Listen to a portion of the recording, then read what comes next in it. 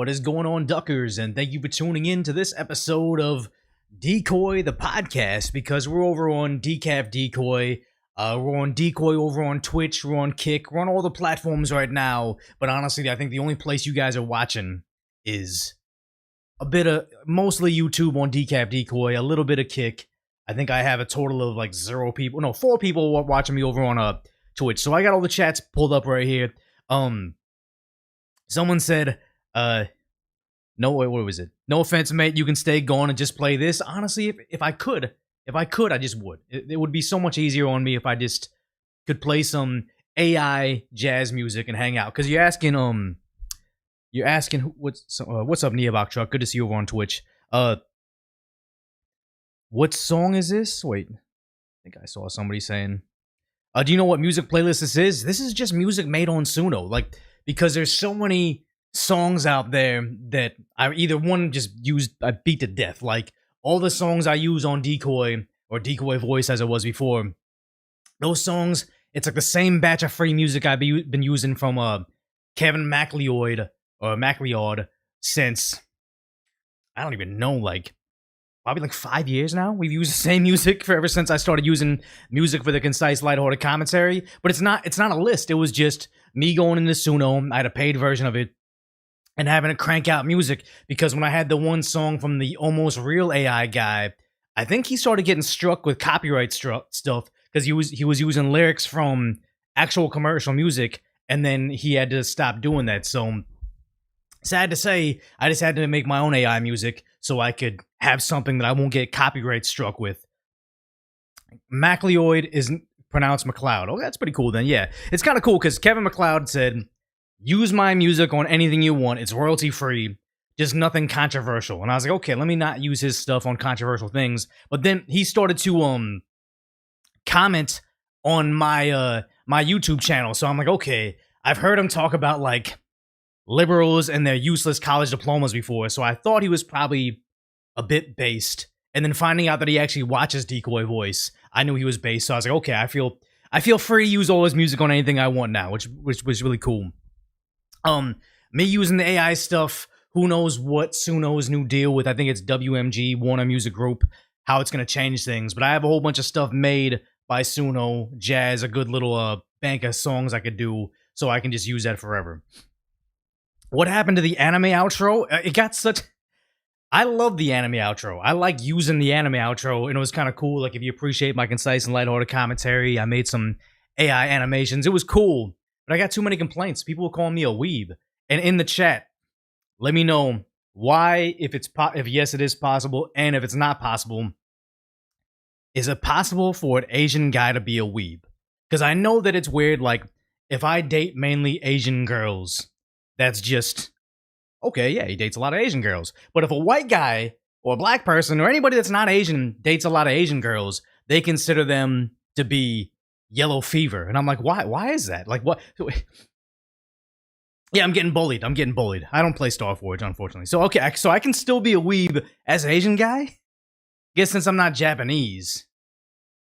Don't let them bully you, bro. Anime is cool. I mean, yeah. AI Decoy would look like Sub-Zero and John Cho. I honestly don't think that I look like John Cho at all. I understand he's Korean too, but I'm not your prototypical Korean in any way, shape, or form. Oh, thanks, Lord Jacrispy, for subscribing over on Twitch. And if you guys haven't already, and you have Amazon Prime, but you don't watch on Twitch.tv, just go to twitch.tv/decoy, and you can give me your Amazon Prime subscription. So it's like giving me a paid subscription for $5 a month, but it's free for you. It's just already in your Amazon Prime membership. If you already dedicated your Amazon Prime sub to somebody else, that's probably fine. But if it's just sitting there and it's free money, might as well give it to me. But I mean, yeah. MM says, Rick Yoon, I've got that a lot. I guess if you guys aren't... if you haven't been watching Fast and Furious, we've talked about this before, but when Fast and Furious came out, honestly, let's see if I can find an image of it. It's not the closest thing, but honestly, when I was younger and Fast and Furious came out, I've never been this muscular.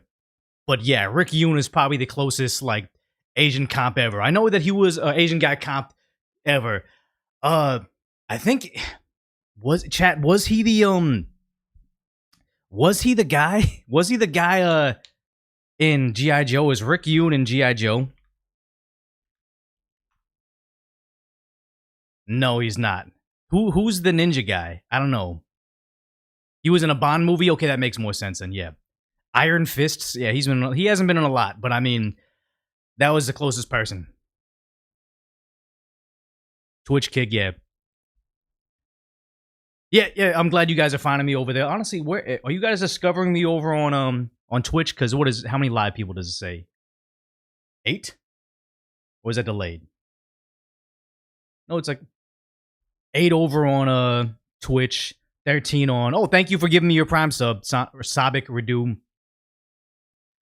Kick gave me 13, 26. You boycotted Twitch. I mean, here's the thing: is like I understand you guys cannot like Twitch, and that oh, thank you, Marlin TV for giving me your Prime sub. You can boycott it, but honestly, if we ever want to change, like I think Tim Pool used it a lot. Thank you, Gunny Fox, for giving me your Prime sub.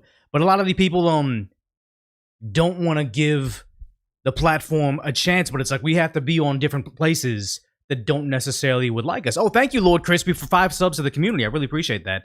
But just to reach the community, I really do believe in the future Hassan's gonna get banned. I just think that he can only get away with stuff for so long before the platform says, hey, you know, we're gonna lose advertisements being closely connected with you and getting connected to who's that the New York truck girl. I forget her name now. I've covered her before, but it's like they can't have these just outright criminals on their platform tarnishing their name. Eventually, they're gotta get more regular people, and for them to make a transition from who used to be their stars to the new brand of people, we gotta start bringing in a platform. Yeah, Nina Lynn, that was her name. Yeah, I just you can't complain that the platform is plagued without ever trying to give it a chance. Thank you to SN Brax for giving us your Prime sub. Twitch has blocked VPN, so no go there. I mean, I actually don't know much about Twitch other than they're giving me a chance, so I would like to give them a shot. Let me see how good we're doing over on Rumble. 820 over on Rumble, which isn't so bad. And it's honestly like, you know, you watch me where you want to watch me, which is the important thing. Yeah, Brozovic, I've only been on Twitch for maybe 3 weeks now. So we're going to do a big live stream push. If you're on... I use a pencil board. If you're on Decaf Decoy, that's where we had the clips. We're going to get all those clips out more. Should be good. Are me and Nina distant relatives? Here's the thing. We quite possibly could be. But the thing is, always, I don't have that tribalism of, oh, Asian streamers or Asian internet personalities, we got to stick together. It's like, I don't like that. Thank you, Neobox Truck, for subscribing. Why I changed from Decoy voice to Decoy? I think it's just cooler. Like, it'd be one thing if I was on the internet as like, oh, I'm, thank you, Laid Back Taps, for subscribing with Prime. If I was on the internet as like Decoy voice fish 389 or whatever, like the longer your name is, the later you are to the platform. But if you can become just Decoy, you're like, you got a brand there, and that's pretty cool. So I'm just at Decoy on YouTube, at Decoy on Twitch, and all the platforms. That'd be awesome. Trying to buy it on Instagram, trying to get it over on Twitter. I think it'd be better. Yeah, Decoy's better for the brand, maybe. Kind of harder to find. I think if you're looking for Decoy voice, it's easy for me to dominate that. But I think if you're, thank you, Ace Annette. Thank you for the Prime sub. A little bit harder to find, but hopefully I can dominate this. Yeah. Yep. All right. See you next. Thanks for hanging out. Easier for people to copy me. It's more concise. Yeah, I want to make concise, lighthearted commentary even more concise, and here we are. Try not to get sued by the wine company. I mean, I think they're called Decoy Wines or whatever. This is like the guy Dream trying not to be like sued by like DreamHack or whatever. It's like I somehow doubt the wine company with the duck could be ever confused with me right now. Yeah, I'm on Twitch here. Yeah. It's a short name. It's kind of more rare to have it like that. So we'll see. We'll see. Oh, let's slide. You can't copyright dictionary words. That's good to know. It's good to know. We're going for Rooftop Crane is like they have something more than a baseball bat. I just like this, and I always feel like I'm I have ADHD. Like I genuinely can't understand how you have people like Asmongold, Tectone, even Hassan, how they just stream hours on end, 6 hours, 8 hours a day, 5 days a week. Like honestly, I do this. I got a video coming out later on tonight that I've been working on. So it's like I just can't sit still. Like I'll sit down a couple times, I'll stand up a couple times, I'll swing the bat around a bit. I just gotta be in motion for this. Yeah.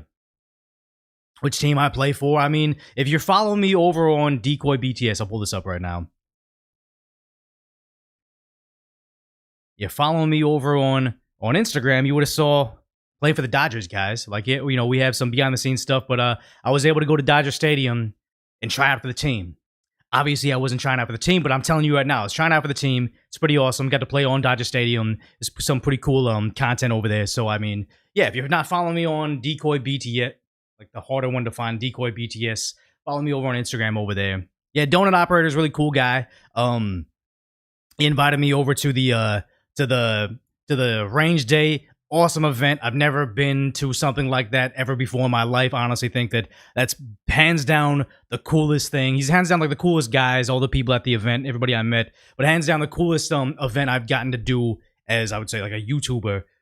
I've gone to some pretty cool Google events like that pickleball event. Where is it? Is it there? The pickleball event I got to go to through YouTube, that was pretty awesome. Like, I mean, meeting Tim Pool was awesome. Meeting Brett Cooper, that was just something I paid for to go to. But her team actually got me to the meet and greet, so that was pretty awesome with them. But of all the things I've got to do as a YouTuber, this is hands down. I'd show you some of the clips from the event, but honestly, you can't play it on... I know apparently it violates YouTube's rules. I don't know about the other places, so I just won't play it, you know? Yeah, I can ride the horse. I feel like there's a whole different chapter to my life and different aspects about me that nobody knows about. But seeing how Tim Pool is going through all this like security stuff, I think the less you know about me, the better. Like I'll tell you guys like straight up, the rule I've been on trying not to get doxxed, which at some point in time it's probably gonna happen. You have 1 million subscribers, you got a lot of enemies on the internet, a lot of radical people don't like you. It's gonna happen, but to keep me and my family safe as long as possible, my rule of thumb is for every 5 things I tell you about my life, I'll throw in 1 lie just to kind of throw people off the thing. Because it's like if you're trying to figure out who I am or who I like, whatever, and I say, oh, I went to high school at this place, I grew up in this area, I have this many siblings, or they're this old, or I played this sport. How easy would it be for someone to say, oh, he went to this school, he's about this age, and he played this sport in high school? Why don't I just go buy all the yearbooks from that period of time and just look at all the JV and varsity teams to find out who he is, get his real name, and then start to track him from like everything that's crazy on the internet? Like, I'll give you guys a couple lies, so it's just like, it's hard, like there's a false positive and it's just throwing you off the case. At some point in time, it probably will be, but yeah. Black Knight says a lot of Nevrons out there. I'm trying to play Expedition 33. It's very difficult. Let me know why in chat and in chat if you don't watch gaming. But if you just want to see me, if you want to see me playing gaming on this, maybe I just play gaming on the Twitch streams and the Decap Decoy streams. I don't really know how I'll do, but that's what it is. Decoy was born in Antarctica with 23 brothers and sisters. That is me being an Asian lie 1,000,000%. Like, I mean, for all you guys know, I'm a Nigerian woman based out of Zimbabwe, and I'm streaming off of Starlink internet. You guys knew it. I mean, you caught me. A very committed lie. Like, who was around for when I did the voice the face change to my Nigerian buddy, and it was just like, oh, I'm outsourcing my content to this guy. I kept on trying to do it more, but I just moved way too far. Using the latest VTuber technology, guys, I'm just Nux. I'm like Nux's real life VTuber personality. All that. Minneapolis meetup when? I don't think I'm ever gonna go to that state. No. Am I a Nigerian princess? I don't think they exist. I think it's just Nigerian princes, and they're all out there to share money with us, man. I'm Nuz, yeah. Have you had my second puberty? No, I just got the cold. I haven't gotten my second and third puberty. I'm not like a pirate software guy. I can't get deeper. I wish, though. What kind of watch do I have? I don't have a watch right now. It depends on what video you're talking about. Sim subs play the bills. I wish I would have like that type of thing. Like I honestly think all these Twitch streamers out there that if you just go to the front page of Twitch, like there's all the allegations in the world about the Twitch CEO, but when you see that, it's like my let me find it. If we look at who's in my tab. Oh, this is just looping. Hope there's no audio echo, is there? We're good. Oh my god, it's just gonna echo. But if you see in this tab over here of who I'm subscribed to, I'm subscribed to. I think this is the Jason the Ween guy. I just wanted to do some research on him. Wow, this is crazy. Asmongold, I think that's his 24 hours channel. Amiru, Tectone, and then Big Cocoa Buns, who's the she's the girl that was in Chicago doing a Uber Eats, and she's like, "Is that fireworks, right? Those fireworks, right?" And she's getting like rounds are going over her head, and she's like, "Those are fireworks, right?" And I'm like, "How does she not go viral after that?" But yeah, that's who I actually follow. But everybody that they're trying to suggest to me, like I barely watch anybody on Twitch other than for research, and it's all thirsty ass accounts. Like these are all thirsty accounts. I don't want to click them to make the algorithm different, but no. And I honestly, I don't. Here's the thing: is I don't hate follow Hasan. I just watched him every now and then for a little bit of competitor research, and that was a bit it. It's the e-girls, man. It's like I'm not gonna hate the game. You know what I mean? Like I think of when I was doing that video about Hasan, and then there was like Pokimane was doing what I was seeing as like the Chinese propaganda. Like it really seemed like that. I was like, oh yeah, wait, isn't Pokimane the one that he's dating? Like I wonder if they went together. And I found out like Valkyrae is not Pokimane. Valkyrae is the one that's allegedly dating him. And I'm like, oh, is Valkyrae the OK Boomer girl? And I'm like, is that how she made her start? And I'm researching it for my video, and I'm finding out the OK Boomer girl is a different streamer. There's more streamers that look like that. It's like, man, like, I don't think they're all part Asian, but I really think that like the algorithm, they have a type. They definitely have a type. Like I think Amiru's part Asian, Pokimane or Valkyrie, one of them is. Like it's a whole thing. Me being part Asian isn't giving me the quite the algorithm boost I was hoping for. Was that Nico or I don't know. Yeah, you guys. Well, this isn't pre-recorded. We're just hanging out. But yeah, there's so many names. I'm not really up on the streamer stuff. Like I think I just started watching Asmongold because he was watching me, kind of like seeing their success. Then Tectone, the Steak and Eggs podcast, just kind of seeing like what the live stream culture is. Because I'll be the first one to tell you guys. Like what is it? Maybe there is 500 of you guys watching right now, and you know before we were on Decoy Voice, be like a couple thousand. I understand that like I'm not the most entertaining live streamer. Like I got a lot to learn on how to make it like, you know, a thing more entertaining. But it's like these guys, like it's a talent. It's definitely a talent they have that I don't have. Decoy VR, promote another bubble of VR. I mean, maybe AI stuff. I would like to do more of that. Yeah, you only know of Asmongold vaguely because he's like a different branch of the internet, but I think it's cool that like Asmongold's a different audience that I kind of overlap with, and like Tim Pool. Like I don't think a lot of people that like Asmongold like Tim Pool and Timcast, but I think that I definitely have like the two Venn diagram intersection, like people like me from both of those audiences. You have to be polarized and get that famous? I kind of think so too. Like you can't be a regular guy. Like I'm covering the if you guys are aware of the Cinnabon girl, I think her name is Crystal. I'm doing a video about that, and I'm just breaking it down, and I think both sides are terrible, but it's like I almost feel like me making the statement I'm going to make in my video, and I guess spoiler alert, it's going to be like, hey, I think both sides are bad. The girl using the slur, and also the couple that is like egging her on. Me not taking a hardline side on either one, me not being like a staunch liberal saying, how dare she say the word, she needs to be canceled from everything, and me also not saying, there's so much fatigue, she should be able to have freedom of speech, and it's like, I don't feel either one of those ways, but honestly, I feel like should I grift into one of those categories, I'd probably be much more popular. I'd probably be one of those people like, oh, he's got a tinfoil hat, really, really cater to a certain audience, blow up my channel and become rich, but honestly, then you're just playing a role for the rest of your life, and I don't like it. You know, it's okay to be normal. Yeah, exactly. And the thing is,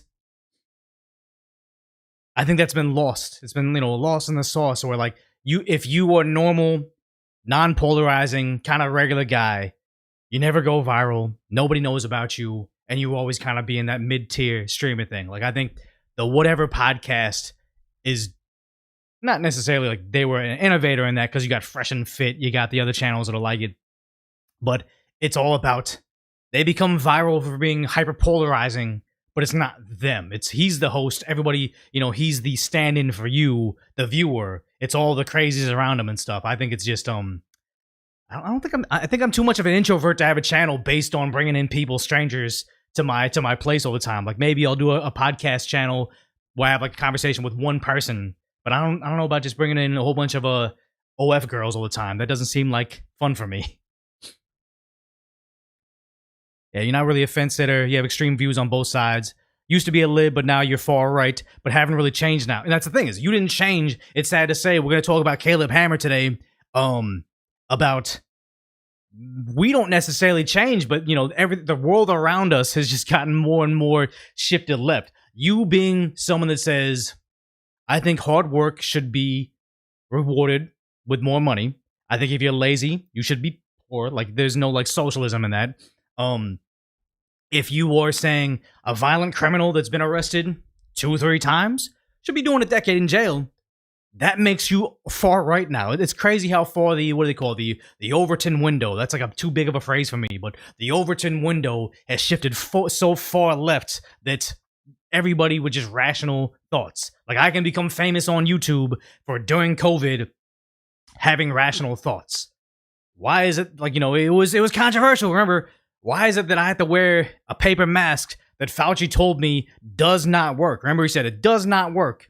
Then he said it does work. Then he said, "Oh, okay, well it does work, but it was because of we had to reserve those for the doctors." Okay, now it does work again. But when you go to a restaurant in LA, you have to wear it until you sit down, and then you can take it off. Or if you go into a outdoor area that has a patio cover, then suddenly it's safe again. Like all these things. You just being common sense saying, I think you're bullshitting us was a bannable offense. And that made you far right. Remember that. It made you far right to be like, hey, this is common sense. Wear 2 masks. Yeah, the thing is, like, I just remember them telling me the masks I bought in bulk from Uniqlo. I bought a whole bunch of masks from Uniqlo because they were just more comfortable. And I had a job where I'm like, I'm in my office. They want me to wear it even though I share my little cubicle area with like 3 other people at most. You gotta wear it. So I got something comfortable. And later on, they're like, actually, it has to be N95. And I was like, at that point, I had so much fatigue to it. I was like, F you, fire me. I don't think you will.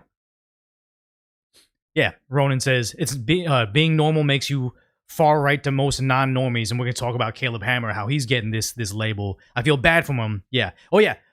Johnny Malkov says, no, not Johnny Malkov. Jason Kalinsky says, oh, DJ Theo from K-Day. I have not heard that analogy in a while. But this chat's going by too fast right now. Oh, yeah. James Johnson said, mask alone in the car. There's Los Angeles, greater Los Angeles area. Above us is this place called Thousand Oaks. It's where like all the richer people kind of live. Actually, maybe, no, it's like where the richer people live over there. It's like before you get to the poor people area again. But Thousand Oaks, I remember I was at, like, they were more open than LA. I was at a restaurant sitting on the patio, and I saw a guy on a motorcycle, no helmet, but paper mask on. And I was like, oh, I gotta take a picture of this guy. And he drove away too fast. And I'm like, this guy, he's more afraid of catching it. Oh, thank you for the bits, MKS. He was more afraid of catching the cove alone on his bike than getting the horrendous injury he would if you just got in a little fender bender doing 10 miles an hour. Like, no motorcycle helmet, but the mask on. Peak, he just wants to be safe. It's true. Peak California logic. It was very sad. You still see that? I mean, I still see that. Mask in their car alone by themselves. Sad to say, but when you see that, it's, you know everything about their personality. I don't live in LA anymore. I moved away from the area. I just couldn't take it anymore. It got too dangerous. This bat is a plastic bat. It's like, I think it's like a wiffle ball bat, but I mean, it's just kind of cool. Thank you, Super S Korean, for the 10 gifted subs. I really appreciate that, man. Thank you so much for that. It's just like that reflective vest safety. Honestly, I would say on a motorcycle, the more visible you can be. Like, I don't think the adage where they say loud pipes save lives, I think it's just obnoxious and they want to be loud. I think the brighter you are, the brighter your jacket is, the brighter your helmet is. Like, if you see me, my motorcycle helmet is all black with reflective yellow. So obviously I'm not thinking safety, but I believe the brighter you are, the less likely you are to get hit on a bike. So, yeah. Oh, thanks. Yeah, the rooftop Korean shirt. Cool. Yeah, viruses can catch up to you on the motorcycle very fast, yeah. Yeah, Lord J. Crispy says, Caleb Hammer isn't even political. When you see who's attacking him on Twitter, then it starts to make sense. It's all about little boo-boos and Tylenol. And that's the thing is, what was I finding? There was it's a word, I forget, it's like, to make fun of influencers. And there was all like these influencer make fun of subreddits. And I remember there's a guy I used to watch. I forgot what Asian YouTuber guy. He was like in their universe, but used to watch him, and then somebody complained about him on Reddit saying, oh, I had this interaction with him when I was younger. He's disgusting. He's terrible, all bald. And I saw all the replies on Reddit agreeing with him, and I was like, dang, I wonder if this alleged girl really met this guy. Like, let me just look at her post history. So I clicked the username, and I looked through the thing, and I was like, wow. So this person that everybody on Reddit is agreeing with, that like this Asian influencer is a bad guy, they were schizophrenic. They were on a whole bunch of meds. They were lots of ideations of ending the book, I'll say. They had just a myriad of issues in their life. Nothing going the way they wanted. And I'm like, I honestly think that like in like looking at your past, you don't want the approval of the person that's life is just constantly falling apart, constantly blaming everybody around you. And I think on Reddit, if you ever want upvotes, it's like, no, these are the people on Reddit. Like, they're not the most healthy people, I'll say, to put it nicely. This person has their own struggles. Hopefully they pull through and they live a long, happy life. I genuinely think that. But honestly, when I'm saying this, I'm like, this person disapproves of you on Reddit. Everybody agrees that you're a bad person because of this story, but you would not want to be their friend in real life. Yeah, Reddit is trash. Turbulent lives. That's a good way of putting it. Basically, every Redditor, turbulent lives. Like, I think I used to be active on Reddit when I was like a teenager, and I'd post like, just funny memes and just be a part of like the thing and like reply to stuff. But honestly, the more I see it now, and I'm like, you guys are nuts. Like, I don't want to be a part of it. Reddit is only a safe space if you subscribe to the Hive Mind. And those are the people that don't like Caleb. We're going to get to Caleb. So you know what? We've been just rambling. We're rambling. Let's go ahead and see. I think we have a pretty good amount of people. We got 600 over on YouTube. What do we got over everywhere else? Nobody? This thing's not refreshing. What if I manually refresh this? Will this kill the stream? I miss 2010 Reddit too. I really do. When they had r/the Donald, they were pretty much very nonpartisan. You could hear from everybody. That was a good time. 60 over on Twitch. Okay, that's cool. Yeah, 60 over on Twitch. Appreciate that. So yeah, we got 21 on Kick. That's cool. Reddit is not real. I think it's mainly bots. I really like, the dead internet theory. I really believe that. I think most of them are bots, and I think it's bots and useful, low information idiots that just subscribe to whatever the bots say. Like, they don't know they're talking to bots, and they're very easily manipulated. Do you think there's a way to save Reddit? Yeah, get rid of the mod team. Get rid of the mod team, unban everybody temporarily, and then let people that are actually violating the rules, let them get banned. But bring back regular people. Because remember back in the day, if you were thinking of buying this Victus pencil bat and you've only seen like an advertisement on it, you would go to Google and you would type in Victus pencil bat review Reddit. You'd want to hear what they were genuinely saying on there. But now it's so bot driven and AstroTurf, where if I said, hey, I'm launching a new podcast called Decoy, get me posts talking about how funny Decoy Podcast is, give me 5,000 upvotes on it, and give me a whole bunch of comments of everybody saying different aspects about it, like, oh, Decoy's so funny and witty. Decoy's so attractive. I can't believe he made a podcast. Like, you can buy that. It looks organic, all upvoted, and they'll downvote anybody that says, oh, Decoy, that guy sucks. And then it's totally like controlled, but that's what Reddit is right now. Full of clankers. Yeah, I'm glad I lived to the era to hear the first negative way of putting what AI bots are. So let's go ahead and get this thing. Everything's out of order. Get to this over here. If you haven't subscribed to Decaf Decoy, I think a lot of you guys are. Follow me over on that as well. We're live to 600. Give me one more follower right there because that's not a good number. But over on Decaf Decoy, we're live streaming. We're also over on Twitch, but then it's lagging out, whatever. But yeah, let's go ahead and get to the first topic, which is Minnesota's in trouble. Because you got this guy, Abdul Dahir Ibrahim. I'm not pronouncing it correctly, not meanly. I pronounce nothing correctly. But he has been convicted of the Feeding Our Future fraud scheme and was ordered for removal in 2004. But he is very close with Congresswoman Ilhan Omar and Governor Tim Walz. I guess we kind of dodged a bullet with the idea of him not becoming our vice president, because this story over here from Fox News is very concerning about who was very, very close to higher-ranking political officials, and this is what they allowed him to get away with.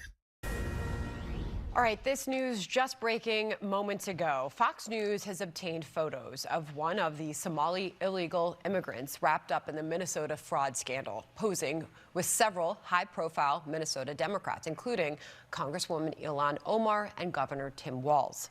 The man pictured is Abdul Dahir Ibrahim. He entered the country in 2000 and has had an order for removal since 2004. So we probably could have saved millions, if not billions of dollars in taxes of not going away for fraud if these political leaders over in Minnesota just allowed ICE to do their job, or at least enforce the border or anything, or just notice that this fraud was occurring. But no, they're more interested in diversity or defeating Trump than in protecting their taxpayers. He also has a prior conviction in Canada for asylum and welfare fraud. ICE tells so he did it in Canada. Why are we letting him? See, if we were able to vet the people coming in and we knew that he was arrested in Canada, has a criminal history in Canada, but doing the same thing, we would have stopped them from doing it over here too. Ridiculous. News, Ibrahim was granted temporary protected status for 10 years, but should have never been eligible. How was temporary 10 years? Can anybody in chat let me know? There is no vetting. Let me know in chat. How is 10 years considered temporary? Is Abrego Garcia still in the U.S.? That's crazy if he is. I thought he was in Africa by now. We are going to have more on this in our next hour.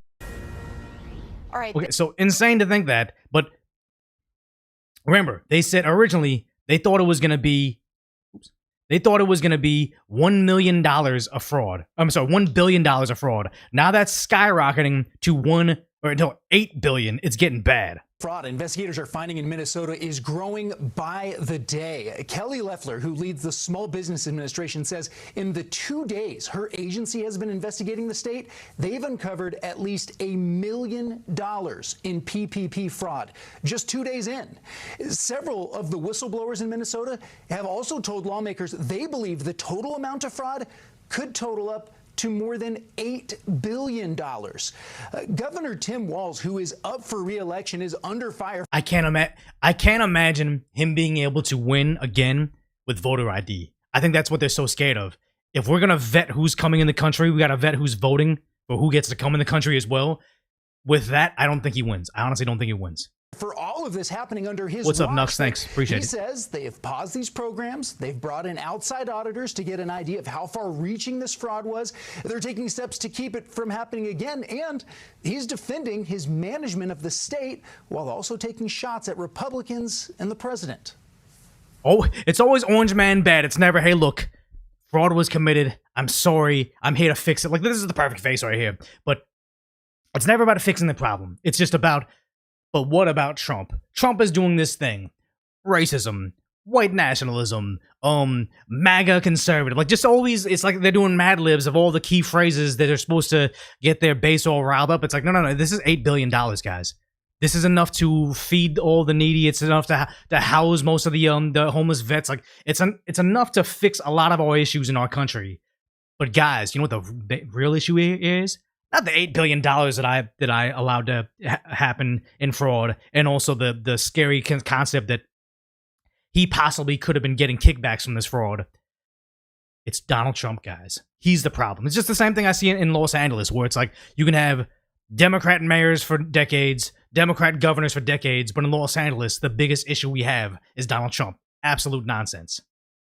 While also taking shots at Republicans and the president.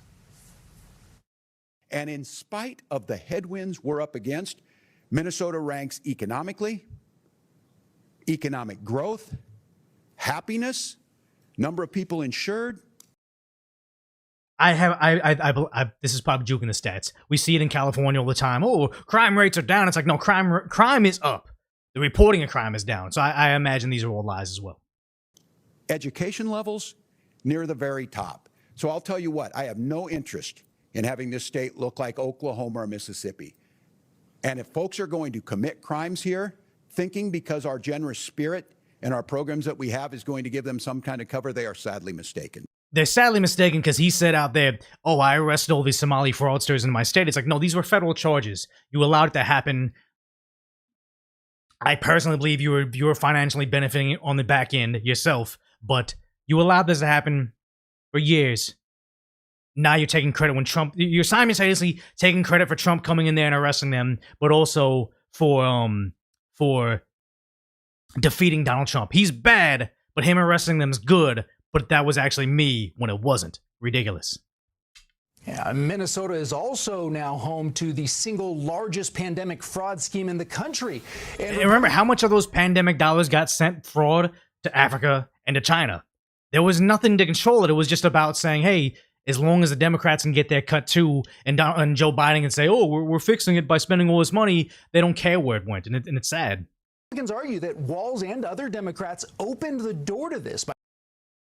Yeah, they opened the door to it. They allowed it because you see this over here. Like, oh, crap. Boom, Dr. Oz, who, I know he ran for Senate. He lost to that large guy in a hoodie. What was his name? Chad, what was that guy's name? He's kind of based now ever since he had John Fetterman. Thank you, Troglodyte. John Fetterman, after I think it was his stroke or something that's like a stroke, he came back kind of based. It was crazy. He lost to Fetterman. I wasn't certain he was going to be much better. I thought he was going to be a rhino, but actually he's turning out to be pretty good. But him describing the Medicaid fraud, just the Medicaid fraud, not the housing fraud, not the homeless fraud, not the other frauds that the Democrats have been getting away with. The Medicaid fraud that was going overseas is startling. It's true. A Somali fraud ring in Minnesota stole over $1 billion from Medicaid. Mind you, it might be 8. How did this happen? Well, Medicaid programs are run by the states, which in Minnesota means the Tim Walz administration. Governor Walz and the state's other Democrats rely on Somali votes to get elected, so they decided to look the other way. Exactly. They're buying votes. So remember, it used to be, hey, this minority was easy to buy votes from, but then after they've been realizing decade after decade, possibly centuries from now, we've been voting for this party and they haven't done anything to enrich our lives. Maybe it's time to try different things. Like, what is it? The Donald Trump made his biggest gains between 2016 and 2024 in the black male, Latino male, and I don't know if Asian males were, but it's like in minority male populations, they swung more for Trump. The place that Trump lost a lot of votes was college-educated white women. But the idea is now that group became harder to just buy their votes. So now it's like, well, how about we just bring in more people, give them temporary citizenship, give them, a 10-year asylum claim, and also give them a social security card. Just so they can work, not necessarily so they can vote, because that would be illegal. But there's also no way they can detect in these sanctuary cities and states that if they were voting, they have no fail safe on that. So yeah, they're buying votes. We know it. Thanks, Nux, for raiding the chat. Because they were afraid of quote unquote political backlash. Exactly. Don't take my word for it. That's what a Somali American fraud investigator told the New York Times. When these scammers realized that nobody was guarding the cash register, they went gangbusters. Yeah, they got arrested in Canada, and Canada's so known for being so secure, but they got arrested in Canada, realized they couldn't get away with it over there, came down to America, and just got away with it for years. You don't get to billions. They don't start off stealing $1 billion. They start off with maybe like $1,000, $10,000, $100,000. Once they got in the millions, they're like, what? Nobody's noticing it. Going gangbusters. It's crazy. Sad. Yep. Flyboy says our leaders have no spine. It's been that way for a long time. And it's unfortunate because there's no alternative. Like, everybody's like, oh, Decoy, he's a Republican. It's like, no, I think Republicans are equally, if not more, garbage. Because at least with the Democrats, when they're doing stuff for their base, they're accomplishing a few things. Republicans are just like, oh, you know what? We're the party of making the Democrats pump the brakes while they shove down their agenda on the American people. They're very ineffective on actually getting anything done. If they were smart, they'd be getting rid of the filibuster in Senate. They'd be packing the Supreme Court. They'd be doing all the things they know the Democrats are going to do when they get back in office. But no, rhinos, Republicans in name only, they're a garbage party. They're just not serious about anything. So, yeah, there's nothing good on either side. I am used to be, I'd say, America First type candidate, but now, not candidate. I'm not running for anything. America First type political person. Now I'm not Republicans, America only type person. Where stop funding wars overseas, stop being the world's bank, stop being the food bank for everybody that says, hey, look, there's suffering in this third world nation. Decoy, your taxes, they need to go to paying them. Hey, Commerce Shadow, you need to go out there and start paying for transitions over in Argentina. TX Jules, you got to go over there and pay for the shelling of our enemies. And 25 Jaime, you need to be paying for the shelling of our allies too. Like that's what we've been for far too long. That's why I say I'm not America first. I'm America only now. And all political parties are garbage. I still say vote. I would still say Trump is a presidential vote that I don't regret. And also I probably will vote for a J.D. Vance, Marco Rubio ticket in the coming election. But I don't trust too many other politicians.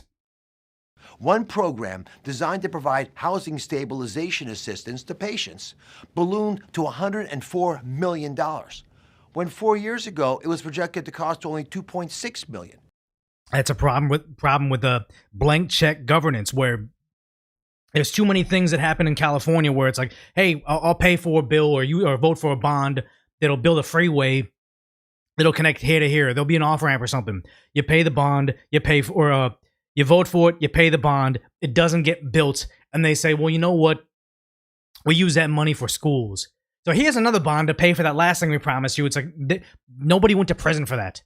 If the taxpayers give you $1 billion or like a couple $1 million to build a freeway off-ramp, and you don't do it, it went somewhere else, you embezzled it, essentially, you should go to prison. Just like if I took $1 million from my employer and I used it on something else, even if it was for goodwill, it's like, no, go to prison. That's it. But it never happens. Some of these taxpayer funds may have even ended up in the hands of a Somalian terrorist group. Yes. Scary stuff. When CMS Scary stuff, and we're going to play. Should I play it right now? No, we'll play it later. We have Ilhan Omar. They're telling her, hey, are you worried about us funding, literal groups that perform terrible things overseas? And they straight up, she's just kind of like giggling. Just kind of found it funny. Scary stuff. Aware of the housing program situation, Minnesota insisted it could clean up its own mess. Never did. A few months ago, Never did. It admitted it could not. So we stepped in to shut down the fraud-infested housing initiative. Good.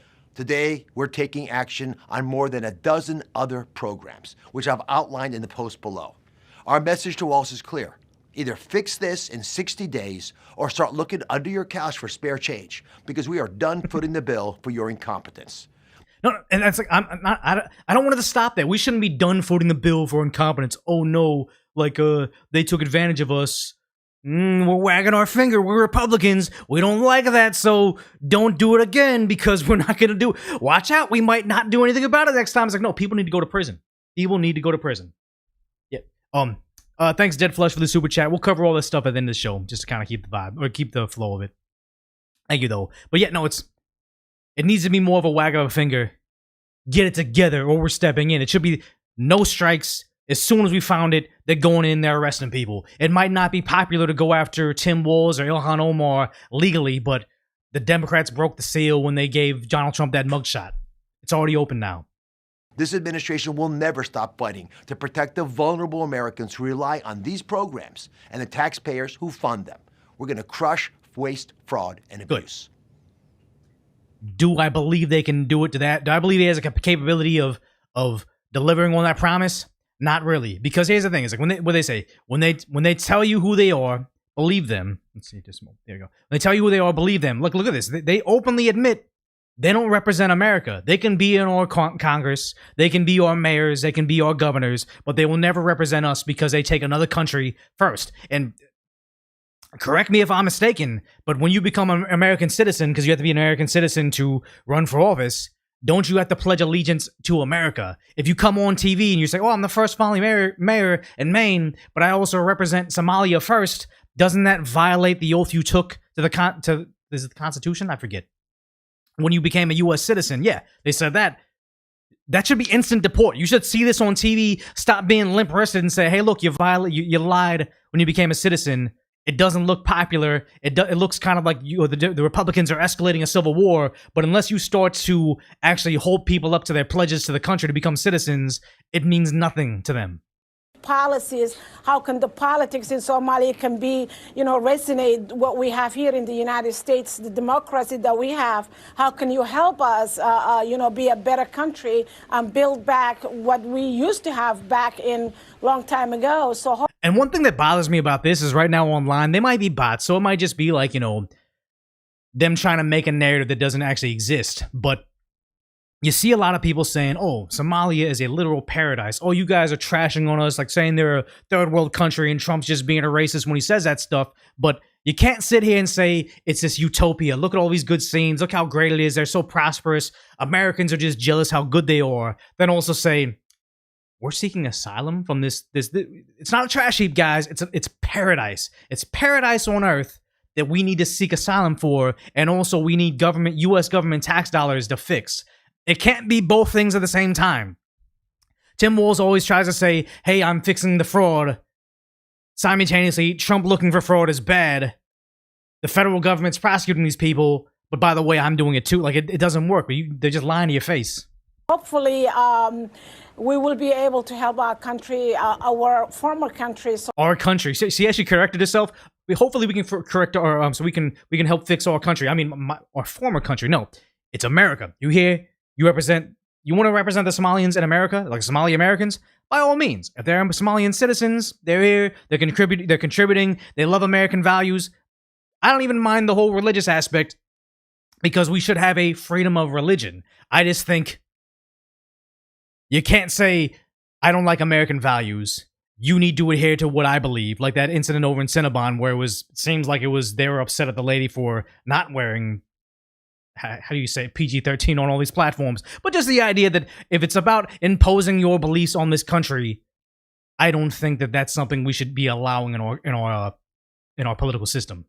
Somalia policies, how can the politics in Somalia can be, resonate what we have here? I'll loop back around, but it's bad enough they openly say it, but it's crazy how much he doesn't like it being thrown in his face. Because mind you, he keeps on trying to say, I prosecuted him. He didn't, but look at him get lashed out in a regular presser. Remember, they didn't do any actual like, what do they call them, media scrums when running for president because look how inept he is. It's so bad. Well-being first and foremost. Hold on, I think I need to make the volume way louder.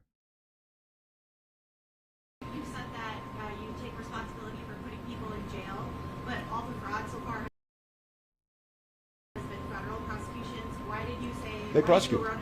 He's like, why do the facts matter? That's just a small aspect that it was a federal prosecution. They were prosecuted. I didn't step in the way, so no, he couldn't have found it. If it wasn't Trump in office, if he was VP and whoever he appointed to be governor after he left, I think they appointed governor, his lieutenant governor possibly. After he leaves, they were never going to find it. We'd still be sending billions upon billions of dollars to this other country through fraud, and now you're trying to take credit for it. Ridiculous. I think even this girl back here is like, dude, what the fuck are you talking about? I didn't erroneously say that. We're the ones that our agencies are bringing it up. We? Now it's we? I thought Trump was a racist for looking into this. I thought when they arrest one of us, they arrest all of us. Now it's we? Scumbag. We're referring them over. This is how this works. We were through it through the BCA. This is Drew Evans and the superintendent of BCA. These are Minnesota folks who work in state government, who are the ones that are helping build the case. Then how come they're not getting charged locally? If it was a state case, if it was the city that was getting them, if it was a state, they'd be getting local charges, but they're getting federal charges. And you simultaneously say it's a bad thing to find it.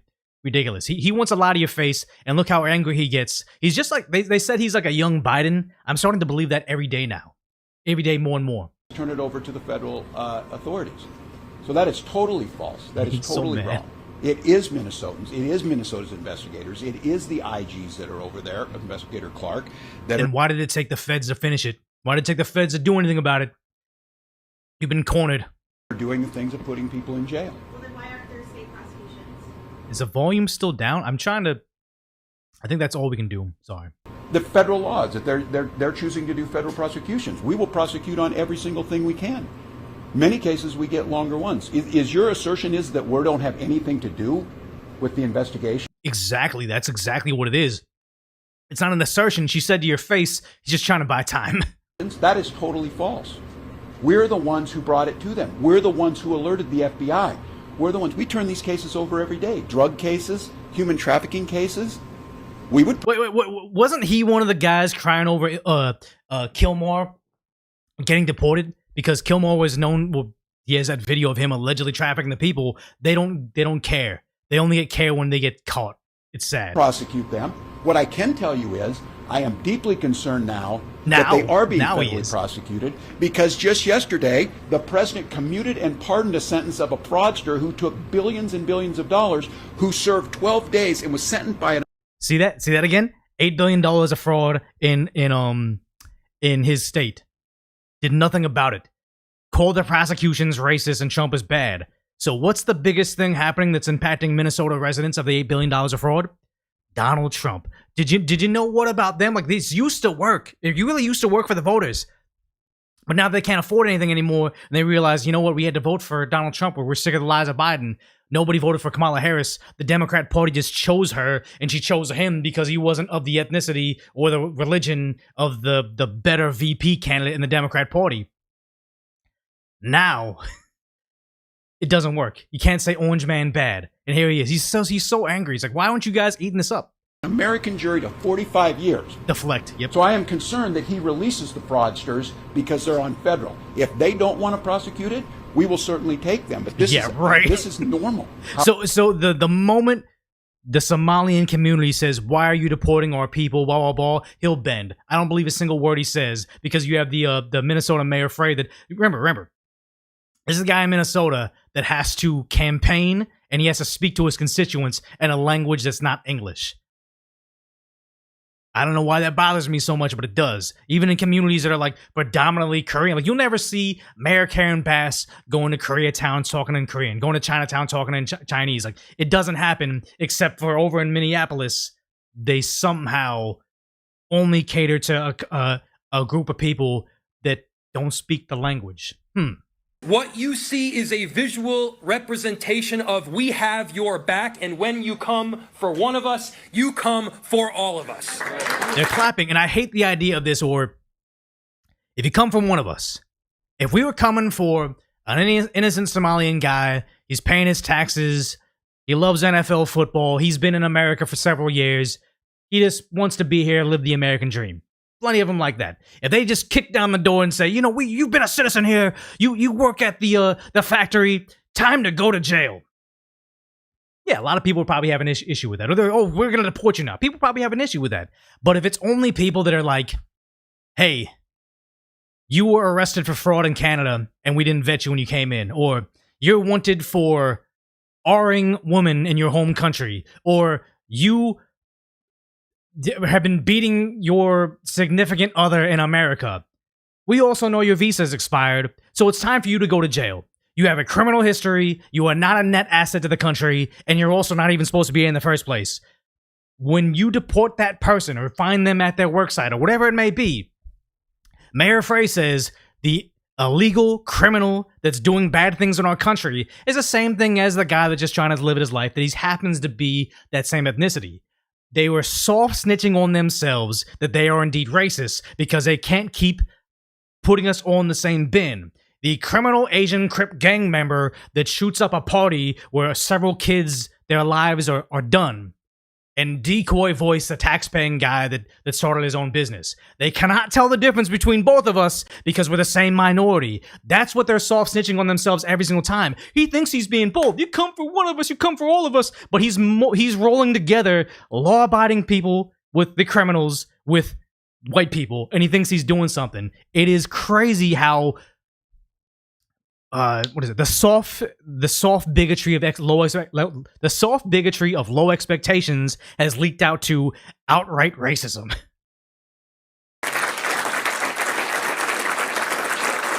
I feel like they're clapping for me right now, so I'll take that. We reject the hateful rhetoric of Donald Trump. What you yeah. Oh, again, Donald Trump, guys.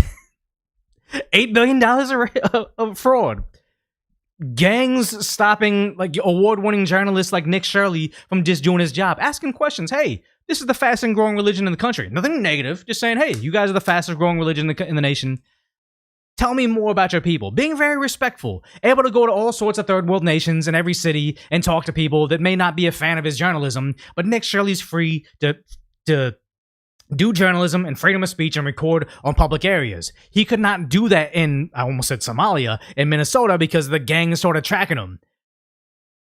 But you know what the biggest problem is? Not the fraud, not the no-go zones in America in your own city, but Donald J. Trump. He's the main issue. It's nuts. Because you have over here, like, this is so bad. The Safari restaurant, whose owner was convicted of $250 million feeding our future fraud, was seen with Ilhan Omar at her campaign event. I guess I can't play the music, but yeah, here they are, dancing on stage. Ilhan for Congress because apparently maybe she looks the other way when they commit fraud. And here's her outright. This is the Safari restaurant. Like, here's her. I don't know if I would consider this a campaign, but here's her. She's definitely connected to this group that stole hundreds of millions of dollars from, feeding hungry kids, but the hungry kids just didn't exist. Speaking of, like, oh my god, wait. This is entirely in a different language. This is not even for Americans. This is wild. So she says, I'm very happy to be here at Safari. As everyone knows, our young kids estimating about a number around 20 million. Wait, I gotta look online. How many citizens in Minnesota? Like the largest city, 5.8 million people, and they're saying they're feeding 20 million kids. The numbers aren't numbering. Like, I'm not a math Asian, but somebody in Tim Walz in his government, or at least in Mayor Jacob Frey's government, should have saying, "Hey, look, we're paying them to feed 20 million kids, despite the fact that there's only 5 million people that live here." What are we doing? 10 million for school kids. 20 million school kids only get their food from school. Yeah, we're not the world's food bank. If we still have American kids all throughout the country that are food insecure, why is all of a sudden this one more valuable than others? I'm telling you right here, this slop is not however much they're charging the taxpayer for it. It's sad to say, but it's like how much money the schools get for food per meal. I think even the homeless thing, like they were showing essentially like the Nutriloaf they're giving the homeless, but it's like, oh yeah, feeding one person is $20 a day in the government program. It's like, no, someone's taking a huge cut out of this. It's a law called the Meals Act. It makes it easy. It makes it at this time of the pandemic, so it makes it easier to defraud the government. See how easy it is to feed the needy, not to mention that there's no oversight over it. I think she's complicit. Not complacent. Is complacent, but I think she's also complicit. The kids who aren't in school, who are at home, don't starve, so their families could get a chance. I don't believe this. I think this was just a way to pull at your heartstrings and say, we're helping the needy, just like the homeless industrial complex. Hey, they're battling their luck. Let's help them get back on their feet. Give me $8 billion. Somebody got rich, homelessness got worse, and yet they need more money because no one's stopping them. But here she is telling, CBS, I think is the logo, saying, hey, who's the most impacted about the $8 billion of fraud that went back to Somalia? Them. 7 people charged, all but 8 are of Somali descent. And that has How many? of the 87 people 87. charged, all but 8 are of Somali descent. And that has added to the spotlight being put specifically on your community. So mad. Why do you think this fraud was allowed to get so widespread? Well, I want to say, this also has an impact on Somalis. See, it immediately pivoted. They're committing fraud on the American taxpayer. The recipients are the most impacted.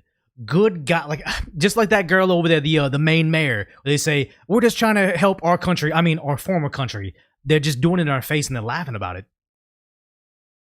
Because we are also taxpayers in Minnesota. How many of them are net taxpayers? I really want to know. We also could have benefited from the program and the money that was stolen. And so it's been really frustrating for people to not acknowledge the fact that we're also as Minnesotans, as taxpayers. What is she say? What does she say? I see a lot of talking. I see a lot of moving of her mouth. I don't see a lot of points being made. Really upset and angry about the fraud that has occurred. I'm gonna shake my fist at this, even though it doesn't. There's no like fixing of it. Oh yeah, we're throwing them in prison. They're making us look bad. That's the thing that also with like Mayor Jacob Frey was doing. Like, hey, when you go after one of us, you go after all of us. I want it to be, hey, when there's criminals that are making us all look bad, I want them in jail. Like if there was a bunch of Koreans out there committing fraud, I wouldn't say, hey man, stop blaming all Koreans. It's really hard on all of us. Like take it as a guy that isn't Chinese. But when COVID was happening in deep blue Los Angeles, people were putting Chinese racial slurs on me, trying to say it's the Wuhan thing. It's I'm the reason that everybody's locked down. And I'm telling you right now, it wasn't MAGA guys in red hats saying this to me. It was everybody else in Los Angeles. But it's not about, hey, be easier on those scientists that likely made that virus. It's impacting. It's like, no, it's like throw them in prison. If you're making us look bad, get them out of society. How come she isn't like highlighting the idea, hey, if this money went to literal terror, make sure those guys are in prison the rest of their lives. Don't simply deport them because they'll come back. Put them in prison for centuries. Give them huge prison sentences. If she was saying that, I would somewhat understand, like, hey, it's very frustrating.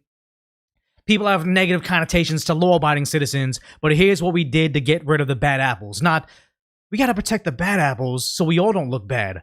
Nonsense. House Republicans and the Treasury Secretary just now talked about a link to terrorism. Yes. A possible link. He said... Possible link. There's a link. Okay, cool. Okay. They're just now beginning to look into it. How confident are you that that's a false claim?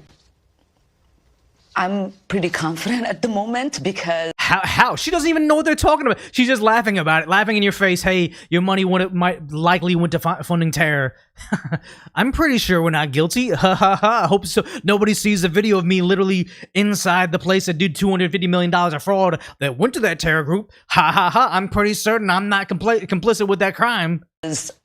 There are people who have been prosecuted and who have been sentenced. If there was a linkage in that the money that they had stolen going to terrorism, then that is a failure of the FBI. And it's everybody else, guy. It's Biden's FBI that's there to blame. Our court system in not figuring that out and basically she's got Fauci hands when they're saying, hey, did you fund the Wuhan lab? Did you fund the gain of function? And he has his rubber band. I don't have a rubber band. When he's like fidgeting and stuff like that, you got Fauci fingers. That's what she's got right now. Charging them with these charges. And so I do know that for many years, this sort of like alarm that there is money being transferred through the airport in bags and going to terrorism that accusation has always existed. We're not talking about that. We're talking about the real money that went over there. What? Making up what is it called? Straw man, making up a false scenario and attacking that and saying, if this ends with Trump, I'm going to lose it. There's never been here and there in those accusations. House Republicans and the... Yeah, nuts that it is, but here it is. This is what it is. It's always about this, and I'm getting sick of it. I want to ask you about something else that the architect of the president's immigration policy, Stephen Miller, said. On Thanksgiving Day, he posted, "No magic transformation occurs when failed states cross borders. At scale, migrants and their descendants recreate the conditions and terrors of their broken homelands." What do you make of this argument of failure to assimilate and sort of ruining America? Yeah, because here's the thing. I saw a meme out there, and they're like, yeah, if you meet your Korean neighbor that just got to America last month, they say, "Hi, my name is Mike." And then all the other cultures, they say, "Well, hi, my name is," and it's like, the thing back from the home. And I'm like, I think that's what they call Asians, like East Asians and sometimes Southeast Asians, the model minority, because they're desperate to assimilate to American values. Like I know every Korean person, their name could be like something, I don't even have a good thing on my name, Chin-E or whatever. Like it's Korean that we always have like the 3-syllable names. They'll say, "Oh, my name is Jeannie," or they'll say, I don't even like, even if it doesn't sound like Crystal or whatever, they'll say, "My name is," they'll get an American name. I know Chinese girls all the time where they'll be in China, they'll come over here and they'll just pick their English name. Oftentimes it's just some random word, but there's certain ethnicities that are just desperate to become American. And then other ethnicities saying, "Hey, look, back home is so much superior to here. You're going to embrace my culture." By all means, that's fine, but why is it this whole offense? You're taking offense to the idea, hey, maybe you came to America because of Western values. Maybe you fled a different country because it wasn't conducive to prosperity. And you trying to bring it over here isn't reminding her of Nazis. It's just the reason you came here in the first place. How do you understand this? I mean, when I think about Stephen Miller and his white supremacist rhetoric. Oh, now see that they're overusing it. Racist, white or supreme, Nazi. It's like all the keywords. I labeled you this thing, so now you got to be scared. You got to be too scared to say maybe assimilation is how things should be. I don't mind what race, ethnicity you are. I would say a good 50% of the employees I hired when I have like a security gig where I was a boss and I was hiring people that are like, nobody had to have an education. You just need to be a hard worker. Half of the guys I got in that were great employees were people that were like in the country for a couple of years. Nigerian, South African, what do you call it when they're from Cameroon? Cameroonian? I don't know. I don't know what. Chat, let me know. How do you say Cameroon? Someone from Cameroon. But yeah, just the people there. It's like, but all the guys were like, I want to become American. I want to, embrace your values, watch your football, all that. Yeah, nobody really knows about that. But just the idea, like, they want to come here and assimilate, all the better. Us asking you to assimilate to a country that you voluntarily came to shouldn't be offensive. It reminds me of the way the Nazis described Jewish people. Are there any camps? Like, there's deportation to your home country. I don't think the Nazis were offering you a CBP-1 app to say, if you're here illegally, here's $1,000 and free airfare out of the country. Alligator Alcatraz is just a processing facility. It's not what you're saying it is. And you saying this is like the Nazis is so disrespectful to anybody that actually went through that. Garbage people. In Germany. And, as we know, there have been many immigrants who have tried to come to the United States who've turned back, one of them being Jewish immigrants. We know the way that people were described who were coming from Ireland, Irish immigrants. We know the way in which people were described back then when they were Italian immigrants. And to me, we're, yes, of course, ethnically Somali. We are in this country as Americans. Yeah. We are citizens. We are productive part of this nation, and we will continue to be. But not if you are continuously protecting those that defraud the country. Because here's the sad part. For everyone that's going to be a hardworking person that you want to be a part of it, because everybody here would love a foreigner that came here the legal way, that pledged their allegiance to America, that just wants to live the American dream, white picket fence, drinking beer, watching football, working hard, and just assimilating to the culture. And you would like to send away all the blue-haired Democrat liberal stand and block the freeways when the things don't go their way politically. You like them to go away, but this scenario needs to be addressed right here. This is nuts that she's like, oh yeah, we're Somalian, we're part of the country. I would venture to say not this individual, not because he's Somalian, but because what he's saying. My biggest fear in life is that this man may never witness our full takeover. Takeover. He may never witness that. He already witnessed our partial takeover, our little success in America. And he is the reason, actually, I know that the community in America is thriving. He is how I know. It's like, he's how we measure our progress. How you measure your progress is how much you take over the country. I would like to say, I don't want this individual in the country. Not because of his race, but because he's saying he wants a complete takeover of the country. Like, how is that a net positive to hear? How is it, if they need to flee their country, how is it that making this country a takeover and becoming like the same place you left a win even for him? I think it's ridiculous. Yeah, at what point does it matter even when the president calls you garbage? It's like, I don't think they get the label that far, like, or that far overarching over the entire group if it wasn't for people like Ilhan Omar saying, oh, we got to protect all of them, even the criminals. You have people like Mayor Jacob Frey saying, if you arrest one of us, it's the law-abiding ones too. It's ridiculous.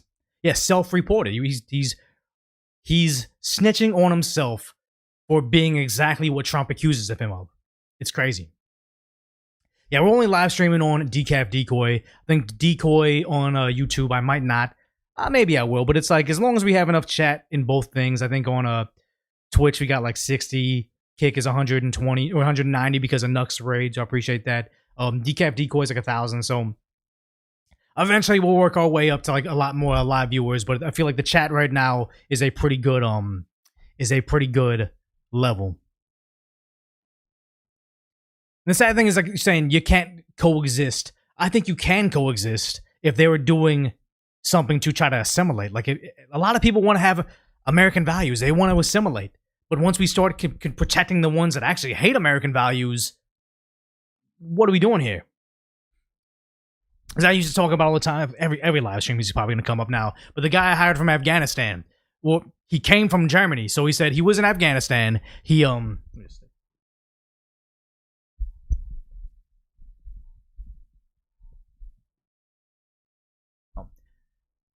was from Afghanistan. He fled the country, sought asylum in Germany. And when he got to Germany, he was like, he straight up said, like, hey, the country is getting too like the country I just left. And he had to flee again. He was like, he was just trying to get to Western values. He wasn't trying to recreate the same poverty he was trying to escape. It's sad.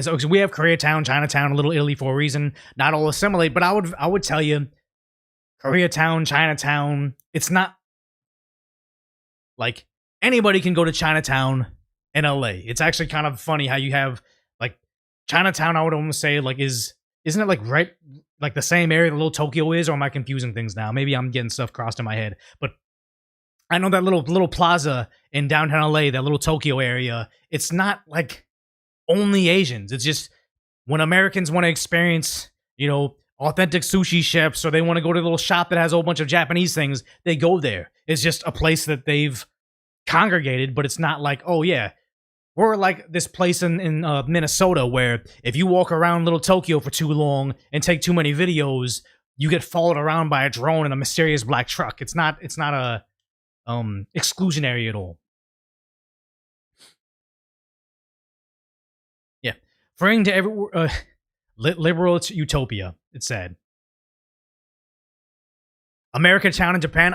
It's like I don't know about America, Japan, and Japan, but I do know that Japan had for a long period, not a long period of time. It became trendy to dress like a cholo. There was entire like Chicano culture in Japan. Very bizarre. They had like pencil thin eyebrows. They got tattoos. They drove lowriders. It was a whole thing. It's kind of funny. But then they got into Nazi memorabilia in Japan as Japanese people. I don't know how they got there. Yeah, that was it was insane. It was insane. I don't think they knew the context of what they were doing. But who was the clothing designer that made the Nazi uniform? It's somebody that's like a big is it not Calvin Klein, not Hugo Boss? It was a Hugo Boss, but they're like, yeah, the designer of it was Hugo Boss. Jesus Christ, he made the Nazi uniform, so they were like sharper and cool, and the details on it were like something that the Japanese, had they not known the context of what they're wearing, they wear and they walk around, they march. It was guys, I don't know about that. That's why history is so important, and I don't like the idea that they keep on trying to get rid of certain topics in schools and not teach them, because it's like, you know, the society that doesn't study the history is destined to repeat it again, and that's what it's looking like right now. Yeah, Hugo Boss is a cool designer, but it doesn't make me want to wear that clothing. It's bad. Yeah. Yeah, boy, wait until I tell you about BMW, Porsche, and Volkswagen. The crazy sad thing is like, I'm a fan of NASA now that I think that NASA's kind of been doomed by DEI, but it's like, growing up, I'm like, oh, cool, space travel, I like this. The Hubble telescope and the what is it? The satellite, not Galileo satellite. What's a satellite that's going out there that gets all the pictures? Like I was big on like NASA and everything, not knowing about Operation Paperclip, and you're essentially cheering that group on. Scary stuff, guys. Hubble? Apollo? What's the satellite that's gone? It's actually out of our the Voyager. Yep, the Voyager spacecraft. It's just out there. Voyager 1 and 2. Like I was into that, and it's like, oh wait, that's I don't want to say it's directly Nazi technology, but I mean, you can't say it's not a descendant of it. Scary, yeah. The James Webb Telescope's a new one. Yep. Yeah. But it's crazy. So, satellites are in orbit. That would be a probe. Thank you, Asobi. It's a probe. Probe that went out there. Yep. Yeah. Operation Paperclip. That is a stain on our history. Hey, we know you guys committed war crimes. We know you did horrendous things to humanity. But we would like to have better rockets. So come on, come seek asylum over here. I don't like it. Obviously, I'm oversimplifying this thing, but it did happen. Okay, so on this over the topic to New York City's cooked. It is officially cooked. This is what the mayor-elect is doing when he's not begging for money. If you are not connecting homeless New Yorkers to the housing that they so desperately need, then you cannot deem anything you're doing to be a success.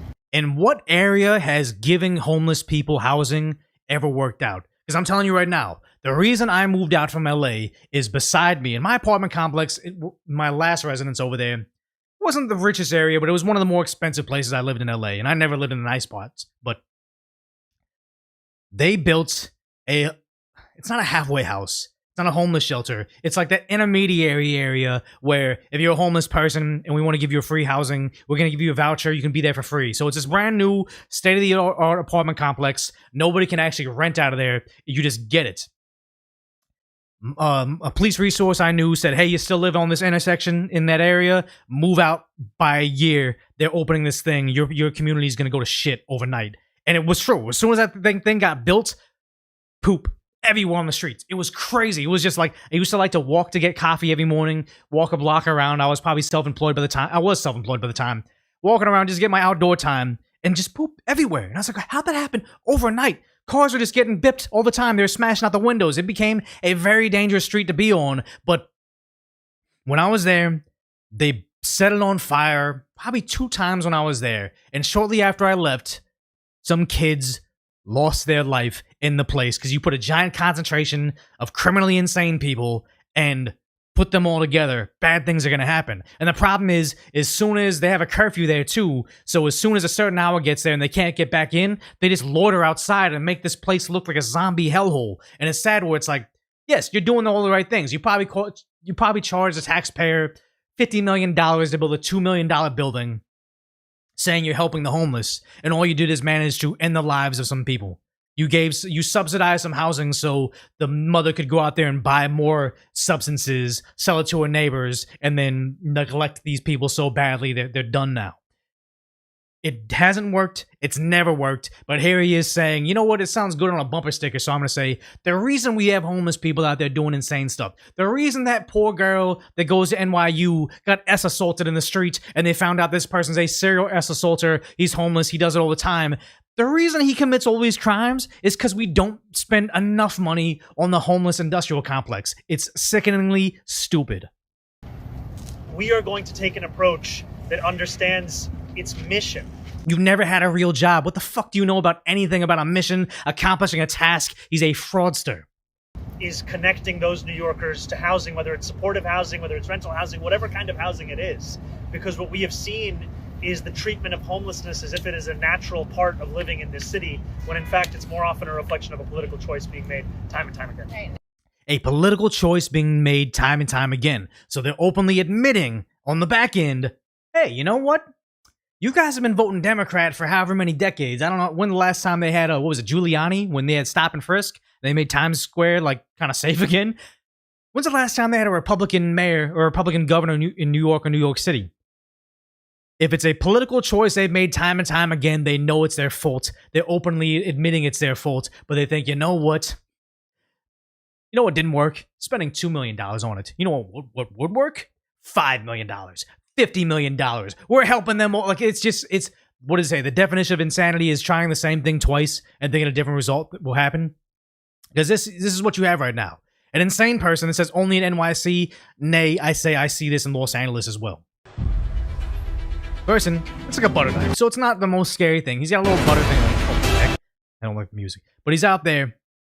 Nobody is paying attention to him. Just walking by. This guy is obviously deranged. He's talking to himself. He's unhinged. Nothing to lose. That's a scary thing about the homeless people in Los Angeles. When they're on drugs or whatever, or they have they're having a toothache or they have a bad rash on them, they're like, you know what? I could get some medical care. So maybe let me just go commit a crime. Like we saw one having issues, run up to a cop car that was sitting there unattended, pull out their rear view mirrors. It's like they're like stuck on there, and just throw them in the street, and then wait for PD to come arrest them because like, oh, I need to go see I need to get some food, and also I need to check out this rash or whatever. I think it's MRSA. Like what's the not MRSA? It's what MRSA is. It's it has a slang phrase for it. I've dealt with them a couple times.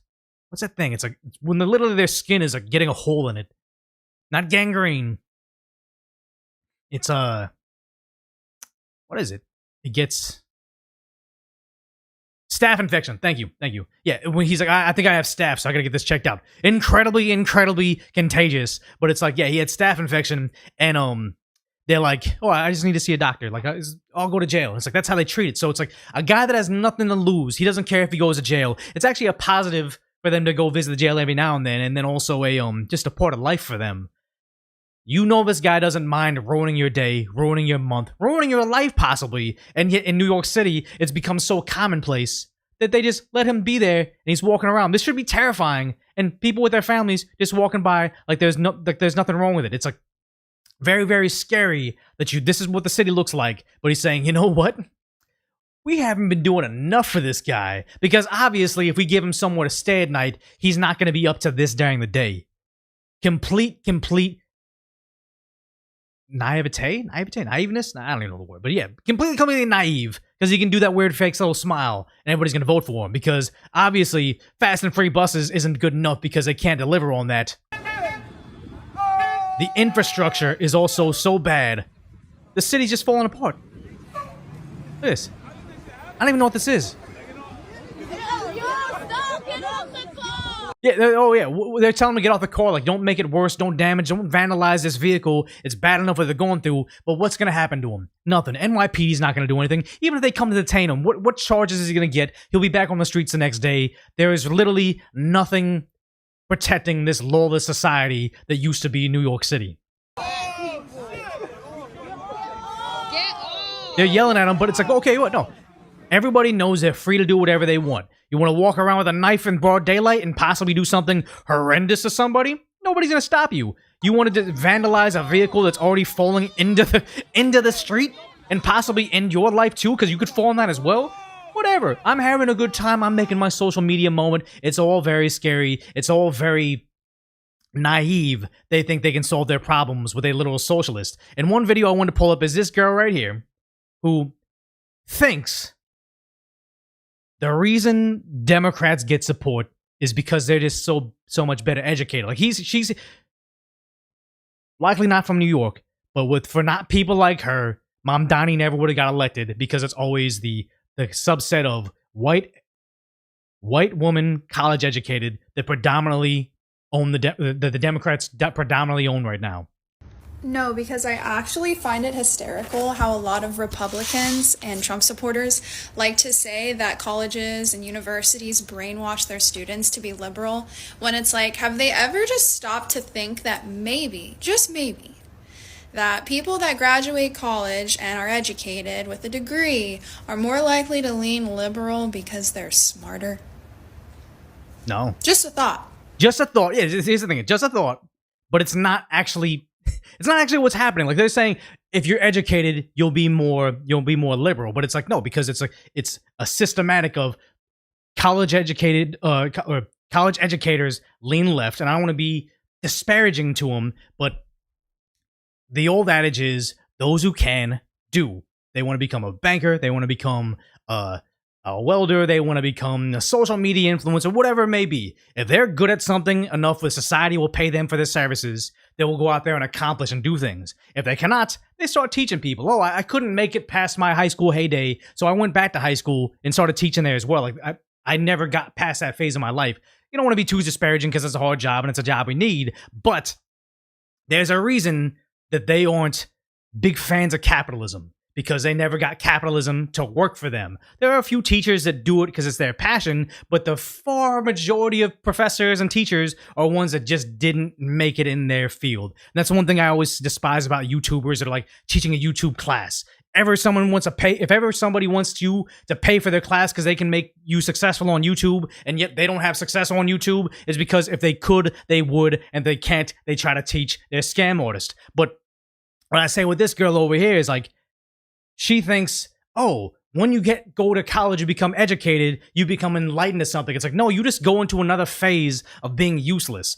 College isn't the real life. It's a place where socialism kind of works, where everybody's paying exorbitant amounts of money to not be in real life. You're in this small, walkable city that, you go to class, you do your job, which is your classwork. You go to a cafeteria where your food is subsidized for you. You go to a classroom where no matter how stupid your ideas are, the teacher's paid to listen to you. The other students are paying to sit there and listen to you. And you can do your little classroom projects. You can do your poster boards and your dioramas. You can march for social justice or whatever it may be. It's not the real world. So you're in this little play school version of what things are, thinking you're more important than you really are. You're contributing to society because we're in the university and we're the think tank. We're thinking about how we can fight ICE, or we can stop deportations, or we can solve world hunger, or we can stop the climate from changing. Like, it puts you in this, Arrested Development, perpetual infancy, where you think you're accomplishing something, but you're in a play school version of the world. You don't actually know what it is to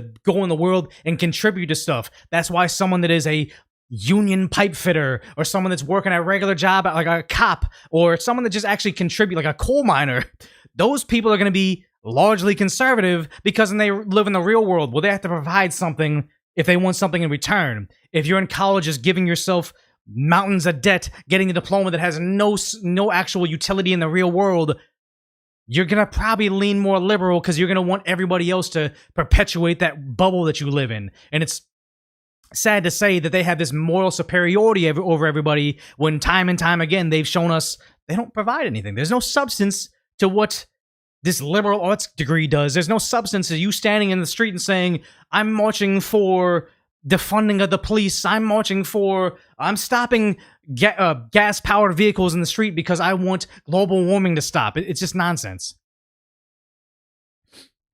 Yeah, they study underwater tickling. No, I mean, so much of our money went to nonsense stuff like USAID was eye-opening. What was it? No, it was before USAID. I remember when it was what is it? Was it the big? It wasn't Big Beautiful Bill. It was during Biden. It was the stimulus package.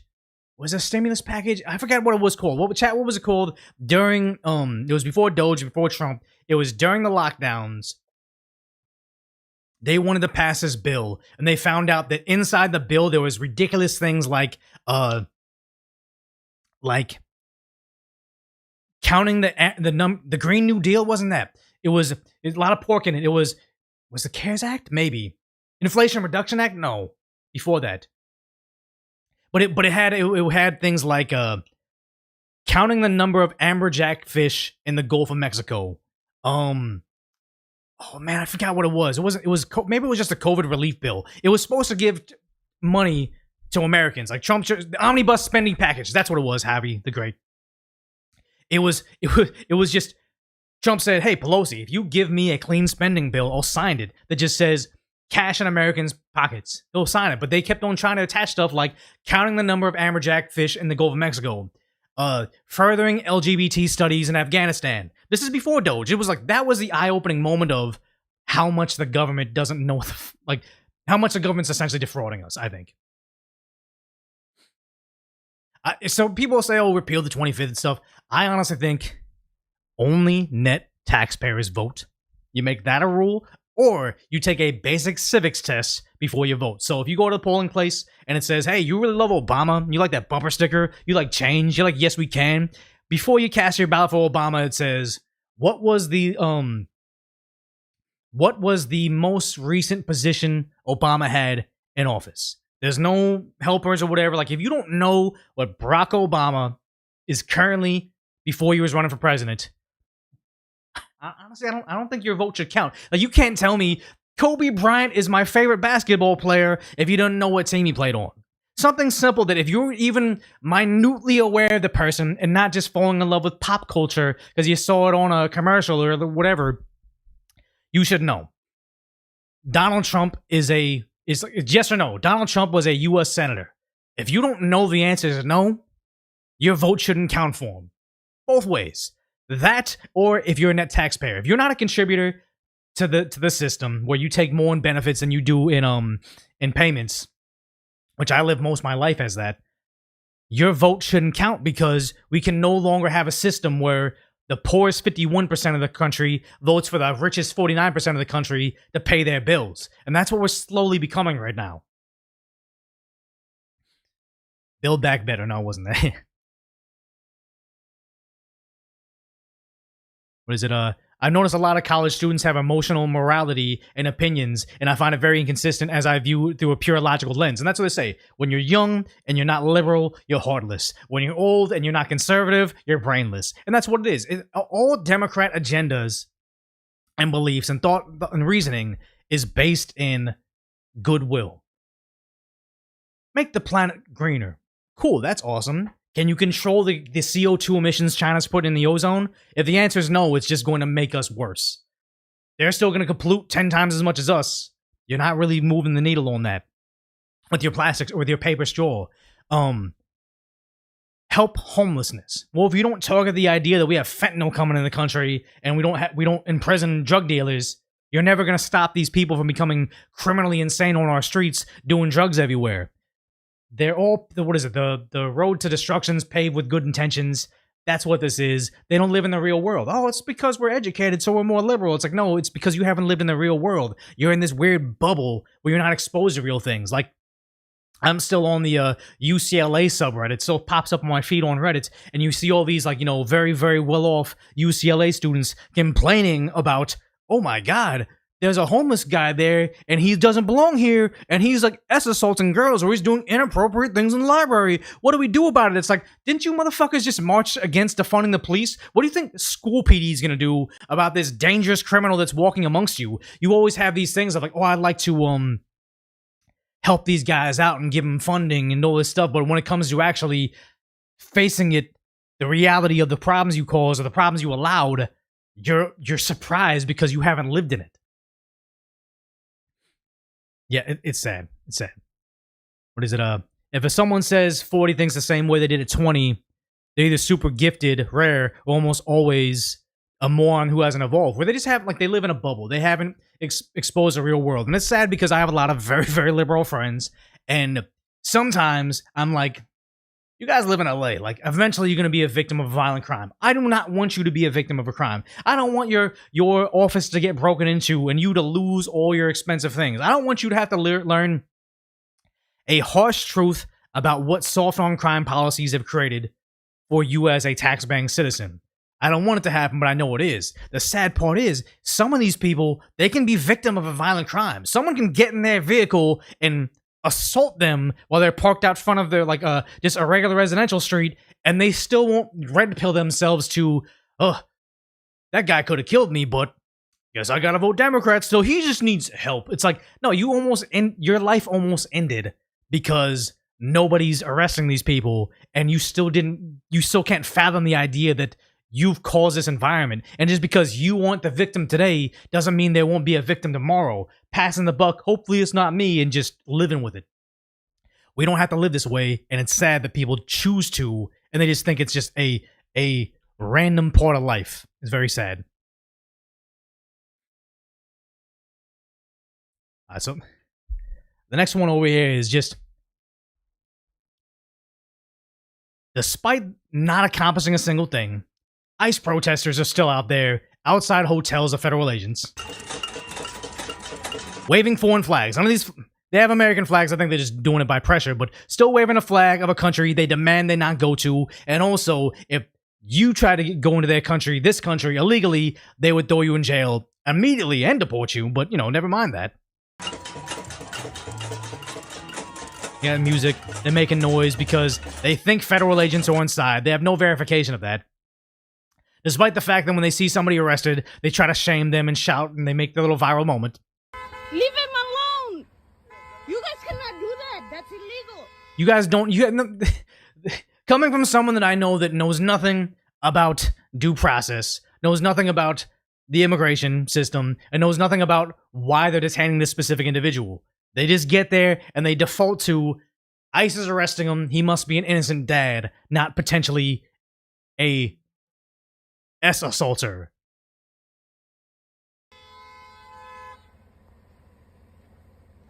Call 911. Call 911. Call 911. Why don't you call 911? They're doing kidnapping.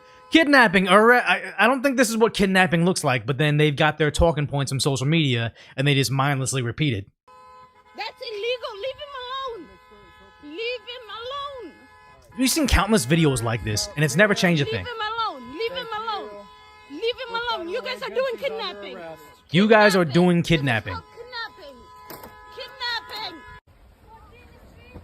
This kidnapping. So this has never stopped a single deportation. It's only gotten them arrested. This bothering of ICE worker or ICE employees in hotels. Sometimes they get the union pipe fitters instead of the actual ICE employees, and yet it stopped nothing. They keep on marching on Home Depot. Home Depot still has deportations inside there. They're not even getting them in the parking lot anymore. Deportation's still happening at Home Depot. Deportation's still happening outside of Home Depot. Like a kid. Like, I'm in a safe... Like, he literally thinks that he's going to be able to get away by standing on top of this vehicle for long enough. Sheer ridiculousness. None of this has stopped it. I mean, everything's getting worse. What is it? Armed raids in Minnesota. Got a camera.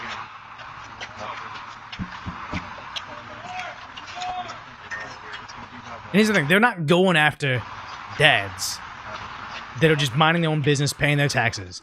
For this many agents to be out there making this much of an arrest makes me believe this is an active gang. This is someone that is involved in narcotics trade. This is not, I'm sorry, when they go after this guy, they bring in, what is it, like 4 agents, then weapons not drawn. For them to do an operation like this is very costly to the American taxpayer. This was a dangerous warrant they're serving. But yet, when they try to say, oh, they're kidnapping us, they're actually resorting to AI versions of this. Like, they're really trying to pull at your heartstrings, and this is sheer desperation. Hey, I'm NYPD, you hear me? Badge right here. What you're doing is illegal. Sir, no, you back up. I got authority on this block, just like you think you do. You can't snatch people off the street without a warrant. We're conducting. And I'm telling you right now, federal law, it's against the law. I'm an officer of the law too, hermano. You put hands on anyone out here, hey. If they actually had the videos, like, who was the person? Was it Tim Wall saying they're arresting people and sending them to foreign torture dungeons? If they had the foreign torture dungeon, that was a real thing. they'd be showing that. They wouldn't be resorting to AI. This is ridiculous. I don't believe with the amount of crime, the attacks on the New York City cops. Remember that video where they were getting beat up and then they got let out immediately? Like they got jumped. The two NYPD coppers got jumped by a whole bunch of people that were here illegally and they got let out immediately. There was a guy giving the middle fingers to the cameras, the Fox News cameras. I don't think you're going to find too many NYPD officers that are willing to stand against the ICE agents to protect the population of people they know that are illegals. They arrest them. They put them in jail. But sanctuary city policies in New York City courthouses make it so they can't be turned over to the federal authorities and be deported. I don't think this is real. Obviously, it's not real because it's AI. But as always, it's just paved in good intentions. Like they always want to say, "Oh, we need to protect them," this or that, but they never will actually volunteer their own services. Like all those people at those anti-ICE riots, or all those people at the anti-homeless sweeping of like Los Angeles, when they say, "Oh, we're gonna get rid of all the homeless encampments," they got, you know, college-educated, wealthy people protesting it, but they say, "Hey," the cops will even tell them, like, "Would you like to take some of these homeless people to your home to house them? Would you like to help them out?" "Oh, no, I can't. I don't have space for it," or whatever. Like, always say it's good intentions, but if it's ever given to them, they balk because it's not real. Immigration is good, but it's a problem when they don't speak English. Oh, I already know I don't like this. Fortunately, we have a solution. Allow immigrants to learn English at elementary schools. I'm not against it, but I thought they were already doing that. They're not in here. They're not here. So this will help them learn the basics so they can integrate flawlessly in America. So they would be in school with the elementary students at the same Yeah. time? So just to double up, like, so we point. can save pay on like the teachers to. I just say no. I mean, learning with children might be a little weird, but Maybe children could learn life experience from the older people. No, thank you. And keep in mind, what country is it, chat? Is in the UK? Or was it Australia? They were having them taking dance classes to each other. So, oh, so you guys, the high schoolers, can meet them and, like, you know, find out they're just harmless. They're refugees. Just get to know them more. You can't find it on the mainstream news. What place was it? It was a real thing. They were actually having their students learn from the immigrants. What country was it? It was UK, Australia, something like that. Sounds like some UK BS, yeah. Well, we have teachers in the classroom and security and officers. Would you install like TSA metal detectors for individuals like that come into the classroom? Why do you say that? Would you install metal detectors? Why would you say that? Why do you have assumptions? How dare you dirty phobe? I'm just saying, I don't know. Individuals like him or the kid right here? That guy makes me The nervous. kid? That guy looks like he wants to blow the classroom No, up. you can't say that too. No, I don't think you'd have. I don't think you would do that. He's here to learn English. How do you know? He's just trying to learn English. How do you know? Yeah, they take but that's how it always is. Like Immigration. They always had the intentions to help them, but any realistic solutions aren't there. And obviously, that's like a parody on it. But yeah, they don't ever really think they can solve these issues. They just like to feel morally superior. Oh, I went to college and I took a class about, you know, civics, and I feel like we should help everybody. Wouldn't it be nice if we all, like, you know, held hands and danced around the rose bushes together? Like it's not realistic for them to solve anything. But here we are. Yeah, they want to sing Kumbaya together, but it's not real. It's not real. It's like I wish we lived in a utopia, like Hassan Piker said. I wish it was like China, where we could have, you know, a socialism like Star Trek. That would be amazing if we lived like Star Trek, where, you know, nobody had to suffer and there was enough resources for all. But as long as we don't live in Star Trek or a Disney movie, we live in reality. People are gonna suffer. The American taxpayer can't feed everybody, so stop letting people defraud us while they pretend we can. While the world burns, yes. Yeah, but China isn't socialist in the Marxian sense. I'm sure you're accurate with that, but honestly, I'm not smart enough to know what that is. Utopia is a fever dream. I honestly feel like utopia could be accomplished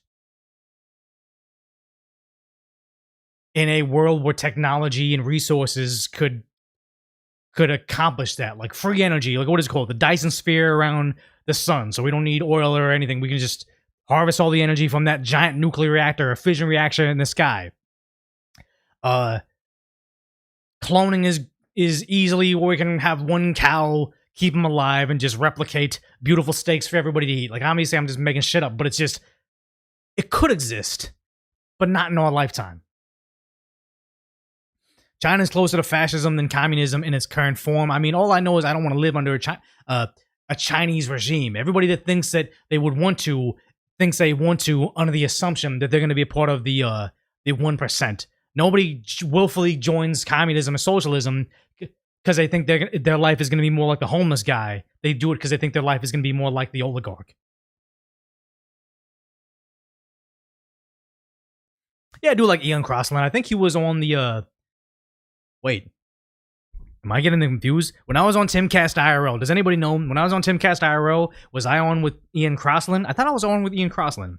Or was it Luke Witkowski? They don't look like each other, but I'm second guessing myself. I don't know. You didn't catch it? I mean, it was such a long time ago, and I always say my appearance on Timcast IRL wasn't that great. I kind of like got overwhelmed by just the whole thing. Oh, that's cool. You played games with you, yeah. Was it the guy with the long hair? That's what I'm saying. Is I don't remember. All I remember, I was there with the oh my god, why am I forgetting his name? They were all so nice to me. I'm being a jerk right now, not knowing their name. Who's the guy? He's like a rocker guy with a beard. Nobody talked about graphene. I think they did. I don't know now. Okay, nobody knows. It's all good. It was Ian? Probably was Ian. Phil Labonte. Yes, it was Phil Labonte. Super nice. I was on with him, Tim, and I have a picture with him. Now I have to look on my Instagram to see, because I'll feel like a jerk if I don't know which guy it is. Wow, it was that long ago. I went on the show.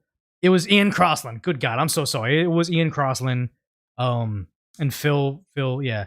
When did I go? December in 2024. Dang. And I think even Tim is canceling Timcast IRL now. I think they said the 19th is probably gonna be their last show. I bet. If I was Tim, you'll lose a giant it's like, the terror wins if he doesn't do the show anymore because they're able to get him to stop, which is kind of sad, but his responsibilities aren't to political parties, to the culture in America. His responsibilities to his wife and his kid, keeping them safe. And if that's how he feels like he could best do it, by all means he should, I mean, they were all nuts. It was fun though. It was a fun show. And it was kind of a thing where I remember being at my regular job watching Timcast IRL. Wasn't always like the biggest fan, but I remember seeing it and being from a nobody with like 10,000 subscribers to getting invited from Serge. He got me on the show, and then being there, being flown out to DC, and like kind of seeing behind the scenes and being there. It's kind of like a thing. Like, I'm not proud of it, but I think me doing the ad for a certain mobile game, you guys probably know in chat the mobile game that I did. The advertisement for that is. It's like you're an official YouTuber. Oh, getting invited to Timcast IRL is like being a first official political commentator or news guy. Like you're on a show that had Alex Jones, Joe Rogan, and Kanye West. I'm legit now. Doing an ad read for a certain mobile game, and I'm not saying bad things about it. I think it's actually kind of fun, but doing an ad for it is like being a sellout. But I'm like, oh yeah, I've officially made it. I'm officially made it now, guys. Yeah, yep. You guys know what it is. You guys know what this game is.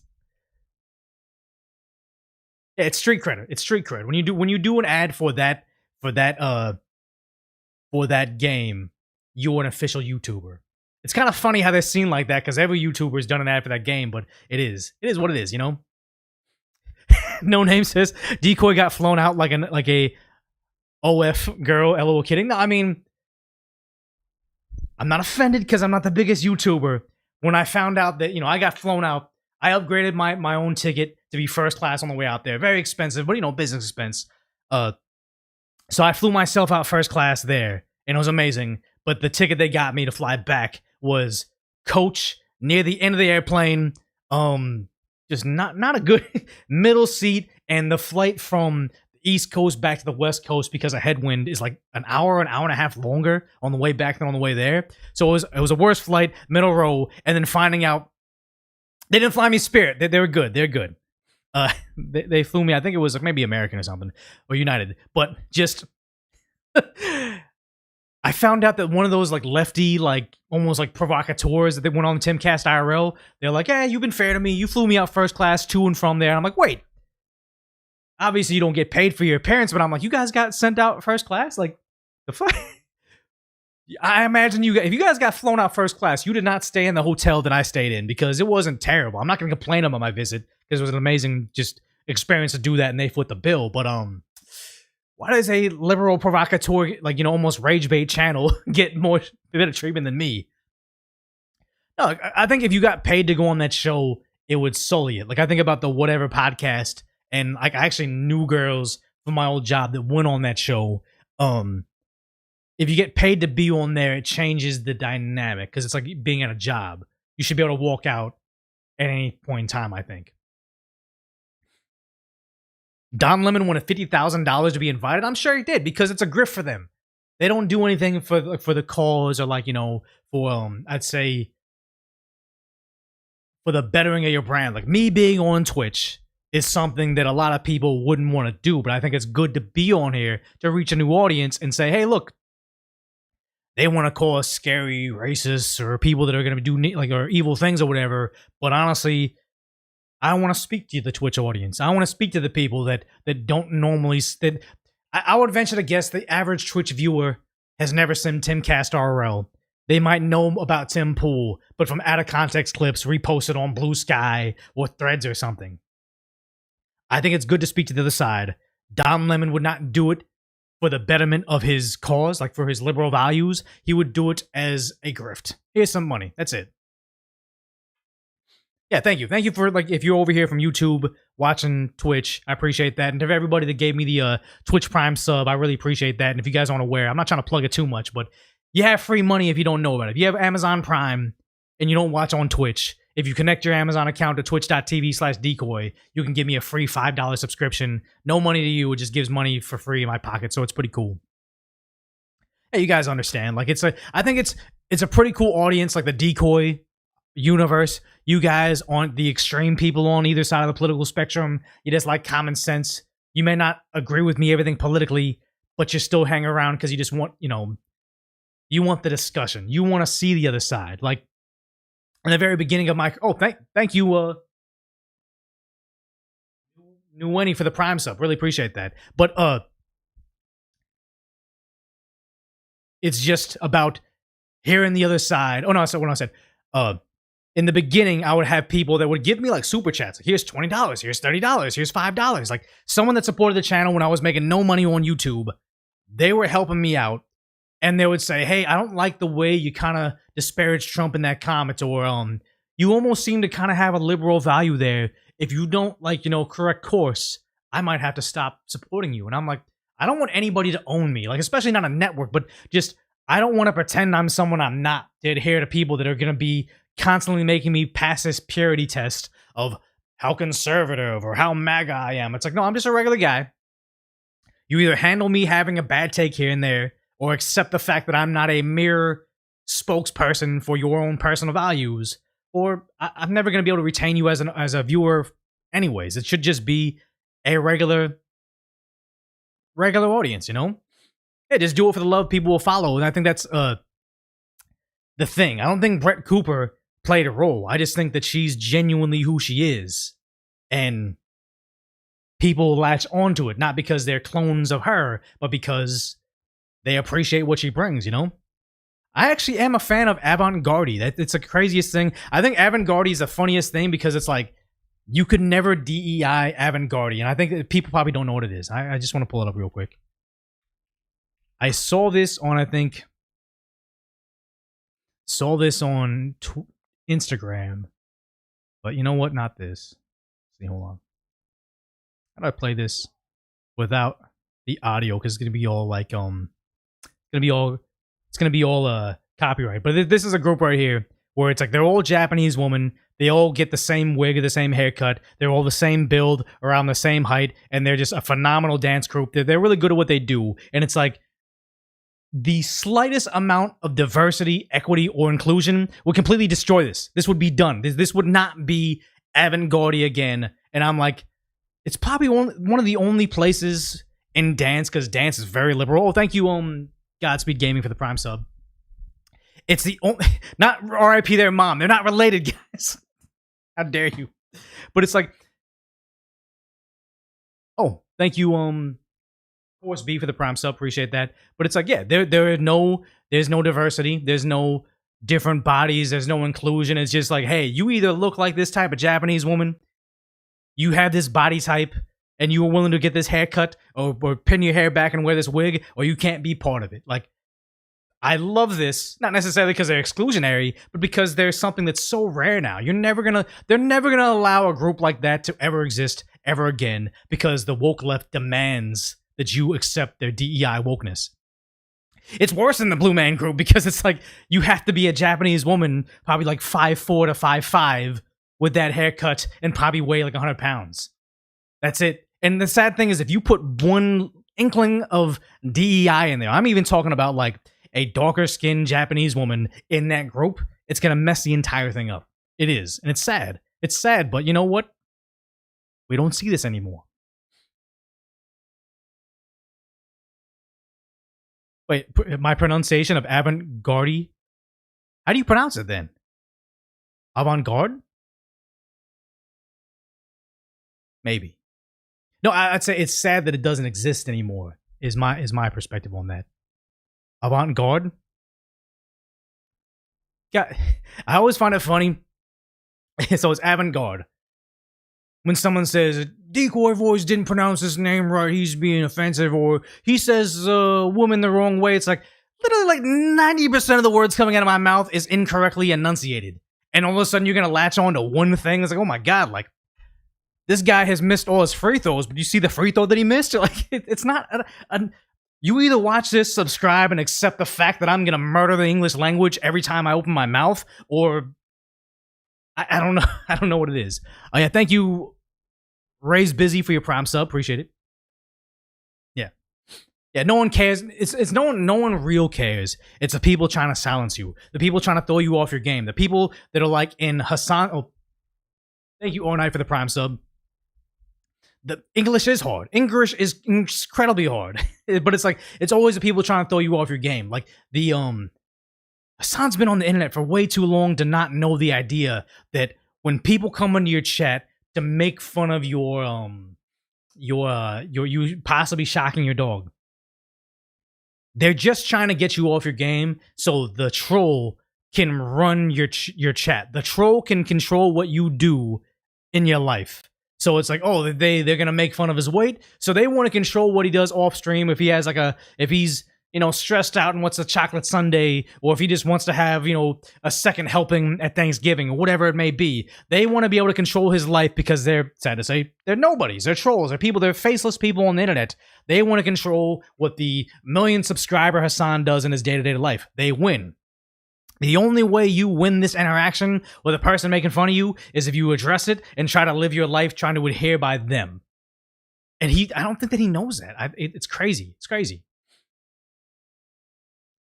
A lot better than you guys on video. I mean, I feel like my videos are so carefully put together with the rhymes, the alliteration, the everything's written in haiku. It's very musical. You guys know that. But then when I'm on here, it's just me, like, very polished, like decoy voice. Like, it's very like I feel like it's decoy voice is just it's a really cool channel. Like, it's very serious. We're using the movie preview voice, and then you go to decaf decoy, or if I'm streaming on Twitch and I'm like swinging a bat around and being all wacky and not able to get a thought together. This is not how I planned on being. But honestly, I think that live streaming is the future. Do you go down Denial River a lot? I mean, I think it's easy to be me in the sense of not knowing I won't have perfection. I'm not going to try to be like, what is it? I think Hassan wants to be like model tier looks, wants to have a certain image of being rich, wants wants to have a polish. He wants to be invited to all the things. He wants to be like an iShow Speed. Yeah, he's an internet streamer, but he has a acknowledgement from professional athletes and gets to go on, like, you know, he's bigger than the medium he exists in. Asmongold is like the face of Twitch, but then also thank you Arizona Ranger for the Prime sub. But I think they all he wants to be him. He still wants to be his World of Warcraft, hanging out in his mother's attic, doing his thing. He doesn't need the glitz or the glamour. He's just being him. He's being authentic. And ironically, him being him and not trying to change stuff up and not trying to paint himself as the Instagram polished version of himself makes him more relatable, makes him more universally liked, as opposed to as opposed to Hassan trying to be somebody that is, it's not realistic to be that polished, and it's like it's gonna haunt him forever. That's why he has to cater to trolls to get them to like him too, because his ego won't let him just say, oh yeah, this person, I disagree with him, so I'm gonna ignore him. He's like, no, I disagree with him, and now I gotta shame him. Now I gotta let the whole chat know this is how much better I am than him, which just kind of shows your insecurity.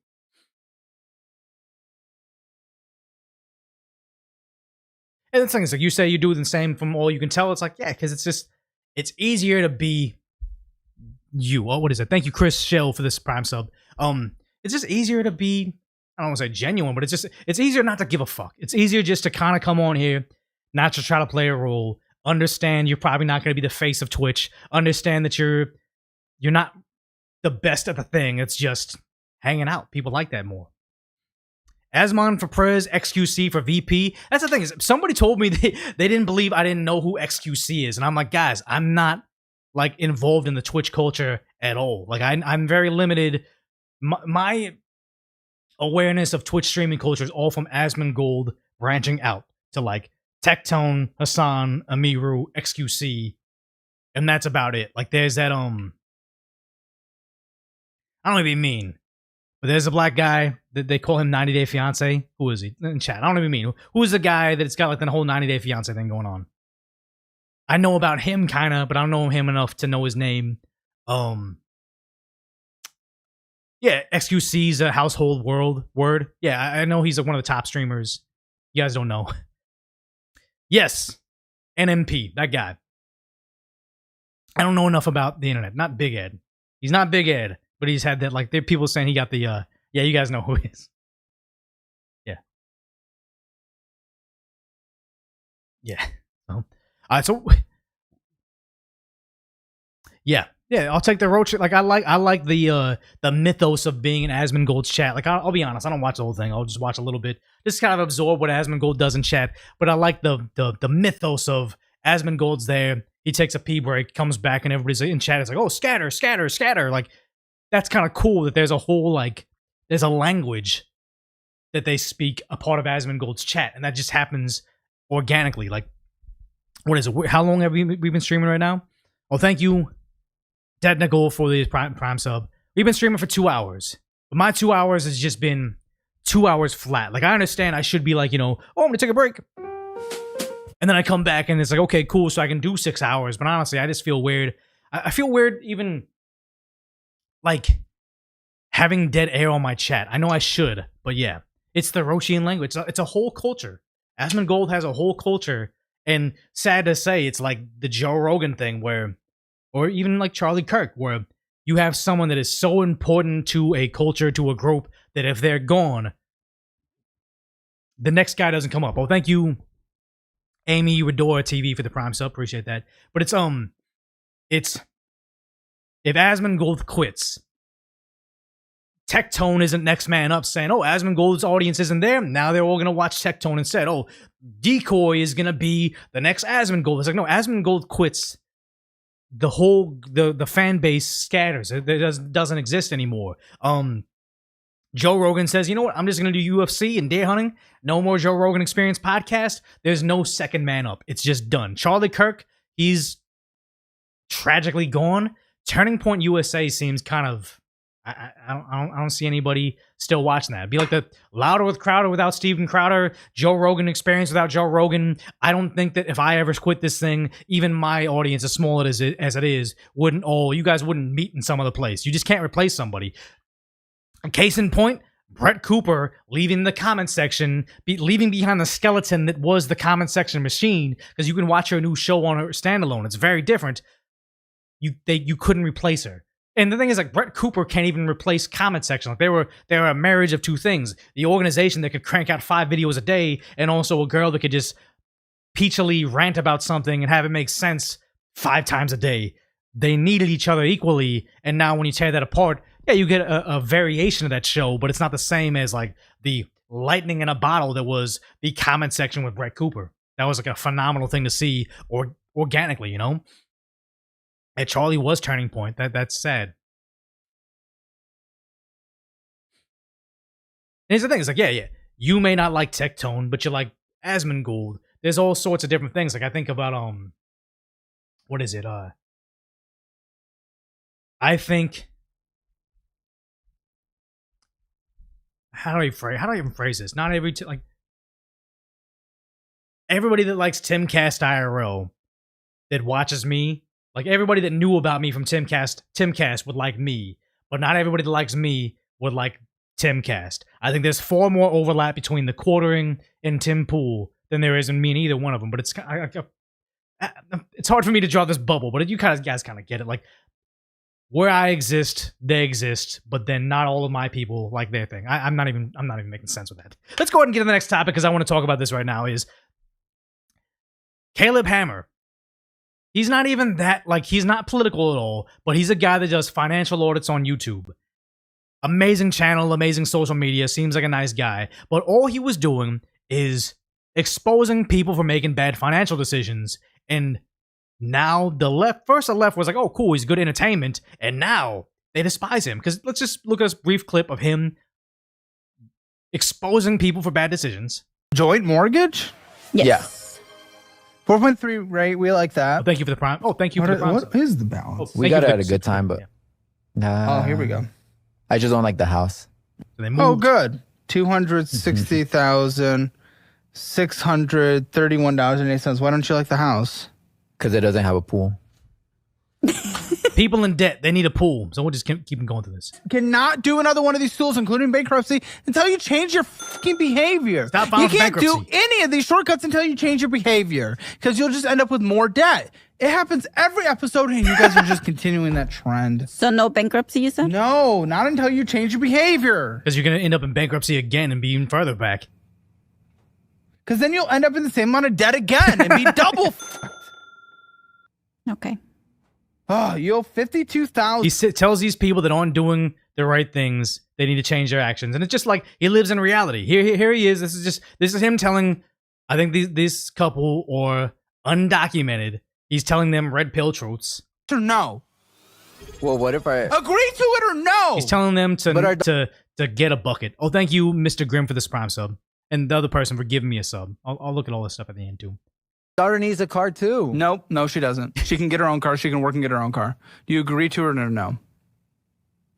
Why is he going to waste his time talking to people that just think it's a joke to be on, not TV, but, you know, get on a 1 million subscriber show? Like, they don't want the help. They just want to be there. Agree to it or no? Can I get a second job? Agree. No, you already work 60 hours a week. Runner. Okay.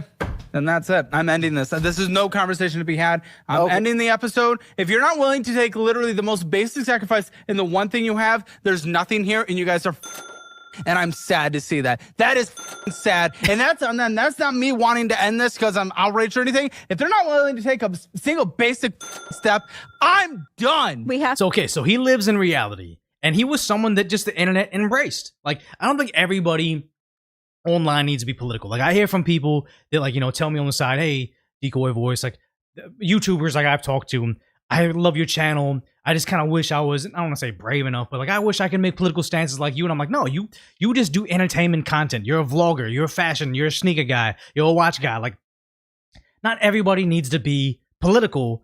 Just be entertainment. If you do analysis on NBA games, don't tell me your political opinions. Like, let us all come and just detach from reality together. That's perfectly fine. But Caleb tried to be a regular guy, just, doing his not commentary, but like doing financial audits. And then when just regular stuff came up, so you see this, I can't even play this video. It's a serial offender that just randomly attacks white woman. He just runs by him, bumps him, hits him, and he gets arrested 20 times. And then I think this was like the beginning of the end. This is on November 30th. He said 20 times, what are we even doing here? So this is him having a very, very non-biased, unpolitical take saying, why did 20 plus women have to get attacked? No, he didn't do it, but this guy is a different guy. He's from Chicago. It's not the NYC guy that was getting the girls at NYU. The guy in NYU was slapping the girls in the bottom and then also like dragging them to the ground. Like he was going to be an R person. Like he was insane. This guy is just deranged in the streets and just bumps into people. Like I can't play the video because it's violent. Like these girls are getting hurt, but he's just walking by and will attack them. So if he's been arrested 20 times, I'm willing to bet he's assaulted 20 plus women randomly because he has a thing against white women. Very scary stuff. Caleb Hammer, all he said was 20 times. What are you doing here? That's more than okay to say it. But then all of a sudden on the 29th, oh wait.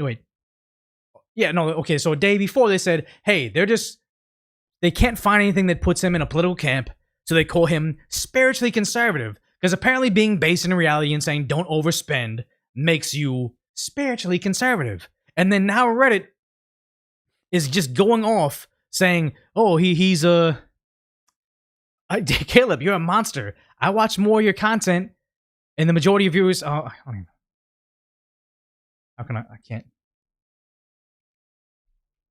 I thought you were playing a character. Last 12 months, I've watched your channel deteriorate into the worst sort of drama and rage bait. Over 50% of each episode focuses on tea and political discussions. Does he? I don't think he has. You position yourself as an ally to anybody, but you don't care what consenting adults do. You make fun of the guests. I think he's talked about that, where he says the contract is we can make fun of you, we can make the thumbnail about how stupid you're being, but it's gonna be like it's not gonna be mean-spirited. So Reddit is raging out on him, and then also you see this person saying, the majority of people are such cattle, they don't really realize how Caleb Hammer's content groomed them with the disdain of anecdotal amount of low-impulse capitalism victims that conclude everyone deserves less. That has to be a ChatGPT formulated sentence. I can't imagine any other way. Like, what is it? V says, balancing budgets is now a far-right conspiracy. And that's sad. It's like, I'm grooming you. How far off the deep end do these people have to be to consider grooming like a terrible thing to be the same as saying, hey, be financially responsible? And also, if a guy has been known to assault over 20 people confirmed, maybe we should throw him in jail forever. You don't fix a guy that says, hey, white woman, let me physically assault them. Call me a bad guy all you want. I don't think any amount of jail time is going to say, hey, he's a racist guy that wants to hurt people that are defenseless. Maybe 10 years, 5 years, or 20 years. Maybe that's going to make him not want to do this violent thing. It's like, no, I think I don't think you fix that. But that mentality is grooming you. They're so far gone. And they say, okay, not a fan of how Caleb slowly grifting the right. Caleb has undoubtedly helped many people get... Has undoubtedly... I'm covering this with my face. Get their finances together. Okay, cool. So he's fixing people's lives. And his show format helped bring attention to poor financial decisions and help teach people financial responsibility. Love that. Okay, so all good things. But I still enjoy his show, but Twitter Caleb is clearly soft launching a right word grift that's so inauthentic in my opinion. What do you guys think of it all? See, r/Caleb Hammer is just exactly like r/Joe Rogan, where they'll have a subreddit where they'll grab the name of the show first and just make it about, if you like Caleb Hammer, if you like Joe Rogan, did you know in fact you don't? Because they can have nothing but detractors in it saying, he did this good thing. Here's all the good things. You're a fan. I'm a fan. Cool. But did you know that he's a filthy fascist? Like, they'll always put negative things. Like, just go to r/Joe Rogan on Reddit anytime. Not powerful JRE. That's like Joe Rogan's real subreddit. But go to r/Joe Rogan. It's all talking bad about him, his guests, saying he's doing bad things. I'm like, I don't believe anybody that's on r/Joe Rogan is actually a Joe Rogan fan. But this right here is just to make you a detractor. So Caleb says, I've done 3 things. Called out scam accounts, pointed towards economic policies that don't work in countries, only statistics, and said repeat violent criminals should be away from the general public. If you'll consider this a grift to the right, you might be an extremist. And that's a sad thing, is that's what Reddit is. It's an extreme website that only caters to these beliefs, where what's wrong with him saying things about, hey, you guys always say, oh, well, Spain has free healthcare, France is okay, or Canada's so much better, and he gives you the statistics like, in Spain, 1/4 of young people are unemployed. Overall unemployment rate is 11%. Highest child poverty rate in the European Union. 50% of young jobs are temporary. This is why I hate performative politics. It makes people like her feel good, but never actually solves things. This apparently is a grift to the far right in their opinion. Him saying, hey, you keep on idealizing these other countries. Oh, it's so much better in this place because they have free healthcare. Canada has free healthcare, but also you can't see a specialist in the year you need them. They keep on grifting this thing, and yet when he brings them to reality, it's far-right grift or whatever. And he even calls out how California is a green energy-friendly state, while Texas has built 30% of the new solar infrastructure in 2025, 4 times what California has added. California isn't delivering on the green energy they profess they are, and this makes him a right-wing grifter. What is it? I'm a conservative because we don't tolerate repeat violence.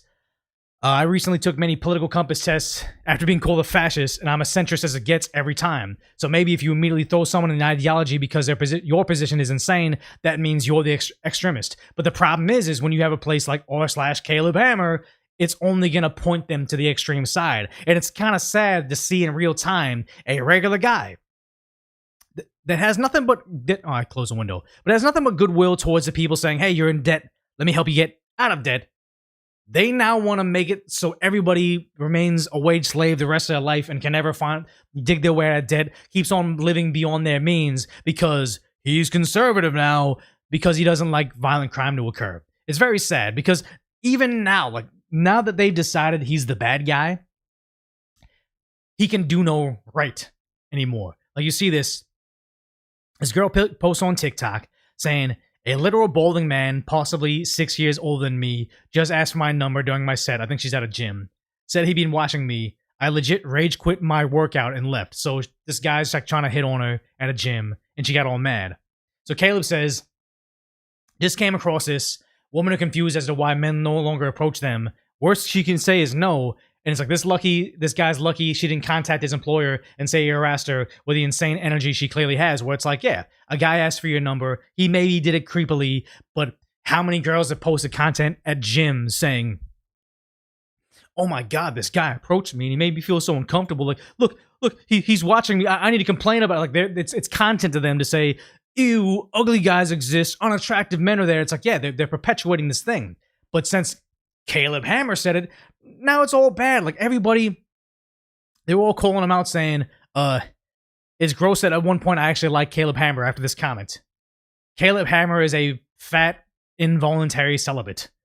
Caleb Hammer is a right-wing grift pending. Like they're all on top of him, but he's like, wait. Because he doesn't like the culture we live in where a guy can't ask a girl on a date anymore without getting shamed on social media. Because yeah, maybe that guy that asked her out was a creep and he did it in a weird way that she betrayed it. But how many young men right now will see that post and be like, you know what? Like I don't want to be shamed on social media, so I'm not going to approach girls anymore because, like, you know, it became beyond the worst thing she can say is no. It's like, oh, now I can become public enemy number 1 and get kicked out of my gym because, you know, I don't want to be lonely and I thought a girl was pretty and I want to take her out on a date. Not necessarily the guy that approached this girl, but just people overall. It's becoming a major issue, and this right here is all because they think Caleb Hammer not wanting a guy that's attacked 20 different women at least to be walking free in Chicago. Now all of a sudden everything he says is invalid. It's kind of scary to think about because he not projected, but he just I'm covering his face. He sees how it's like, oh yeah, Ethan Klein. They're calling him a conservative right now when he's not. And now he's starting to notice that it's not about you being conservative or you being liberal or you not being extreme enough. It's all about making you the enemy to disqualify everything you say. Because on Reddit, it's such a hive mind that they can't think for themselves once you give them that label of, oh, Ethan Klein is a conservative. Caleb Hammer has law and order values in their career. Because if you don't march in lockstep with Reddit on every progressive liberal value, you cannot be in our society. It's sad. Has become one of the most evil people in the entire internet. I don't know if you're evil for trying to defend your content.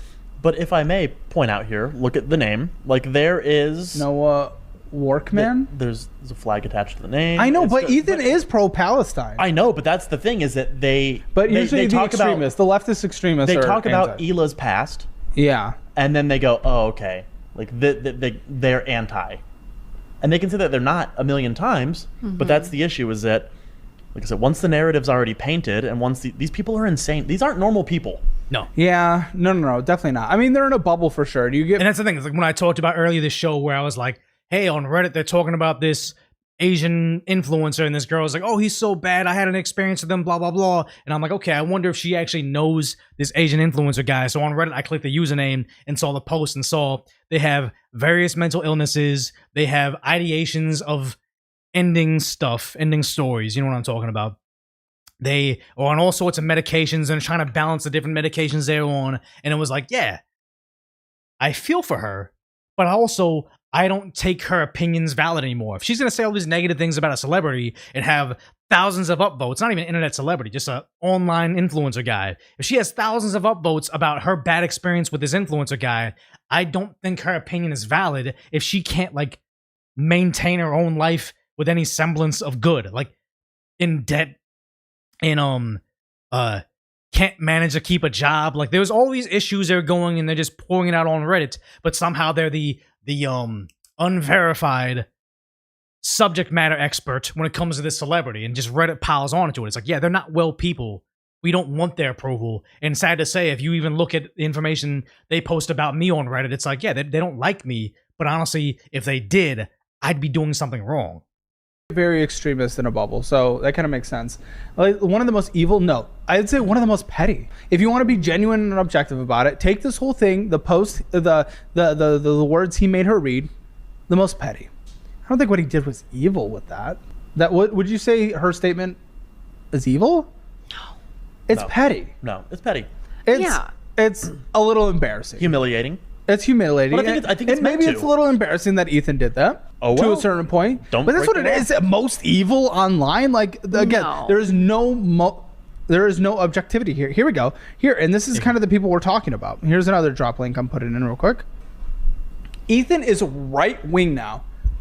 Like, I don't know if this video is before or after. I think it's after. But after they started painting Caleb as a right-wing grifter, they're talking about Ethan being a right-wing grifter. The same thing when they talk about, like, is there Joe Rogan of the left? Joe Rogan is as progressive as it is. Like, he's against ICE deportations at this point in time.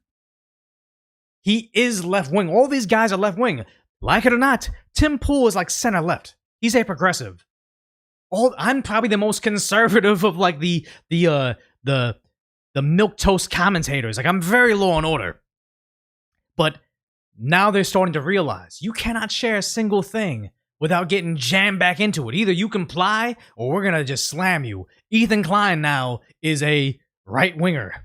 just leave it there. What the fuck?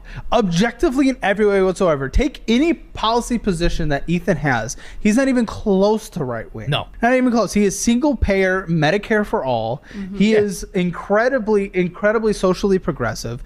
This makes no sense. They've lost the plot. Again, take a political compass quiz from him compared to me. I'm centrist. He is to the left of me. I can recognize, since I'm in a fucking just normal position. But the thing is, though, it's not about you being right-wing, conservative, liberal, or whatever. It's like, do you cater to our demands? We're going to hold you hostage. We're going to hold your good name hostage unless you do everything top to bottom for us. And here he is straight up saying, like, hey, he found out Reddit is very, very left wing. You can't escape it. I would actually argue it's more leftist than this because you can't even get away with anything even remotely conservative values on there because, unfortunately, if Redditors aren't constantly surrounded by everything that just reinforces their ideology, they freak out. They can't exist in something beyond constant what do you call it, validity of their stances. Like they just if they ever get challenged on their beliefs, they freak out on everybody. So it's like, yeah, if you can't reason why you believe a certain thing, you don't have virtues, you have marching orders. And it's sad.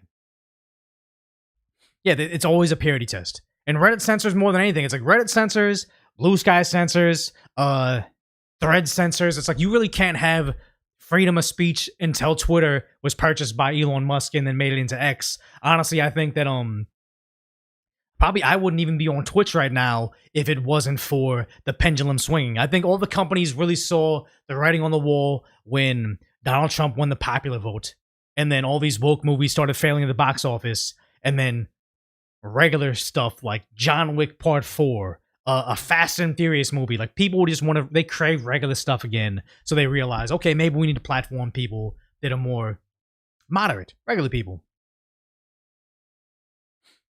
Yeah, people were there for art and stuff. And that's the thing that I'm so upset about. Like I want to go to Reddit for r/Dodgers. I want to know the moment somebody gets traded, or like the moment they're benching Conforto and they're putting out Kike Hernandez. Like I like to know that stuff and then see some reactions.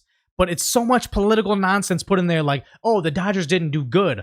Blake Trinan had a bad game. Pitchers have bad games. Oh, but we like it when Blake Trinan does bad because he likes Trump, or he's religious, or he prays to God when he pitches. Like, you can't escape the political narrative from jamming it down your throat, even on sports subreddits, and it's sad. What happened the last 5 years is the mods, like once you get a couple bad mods that are ideologically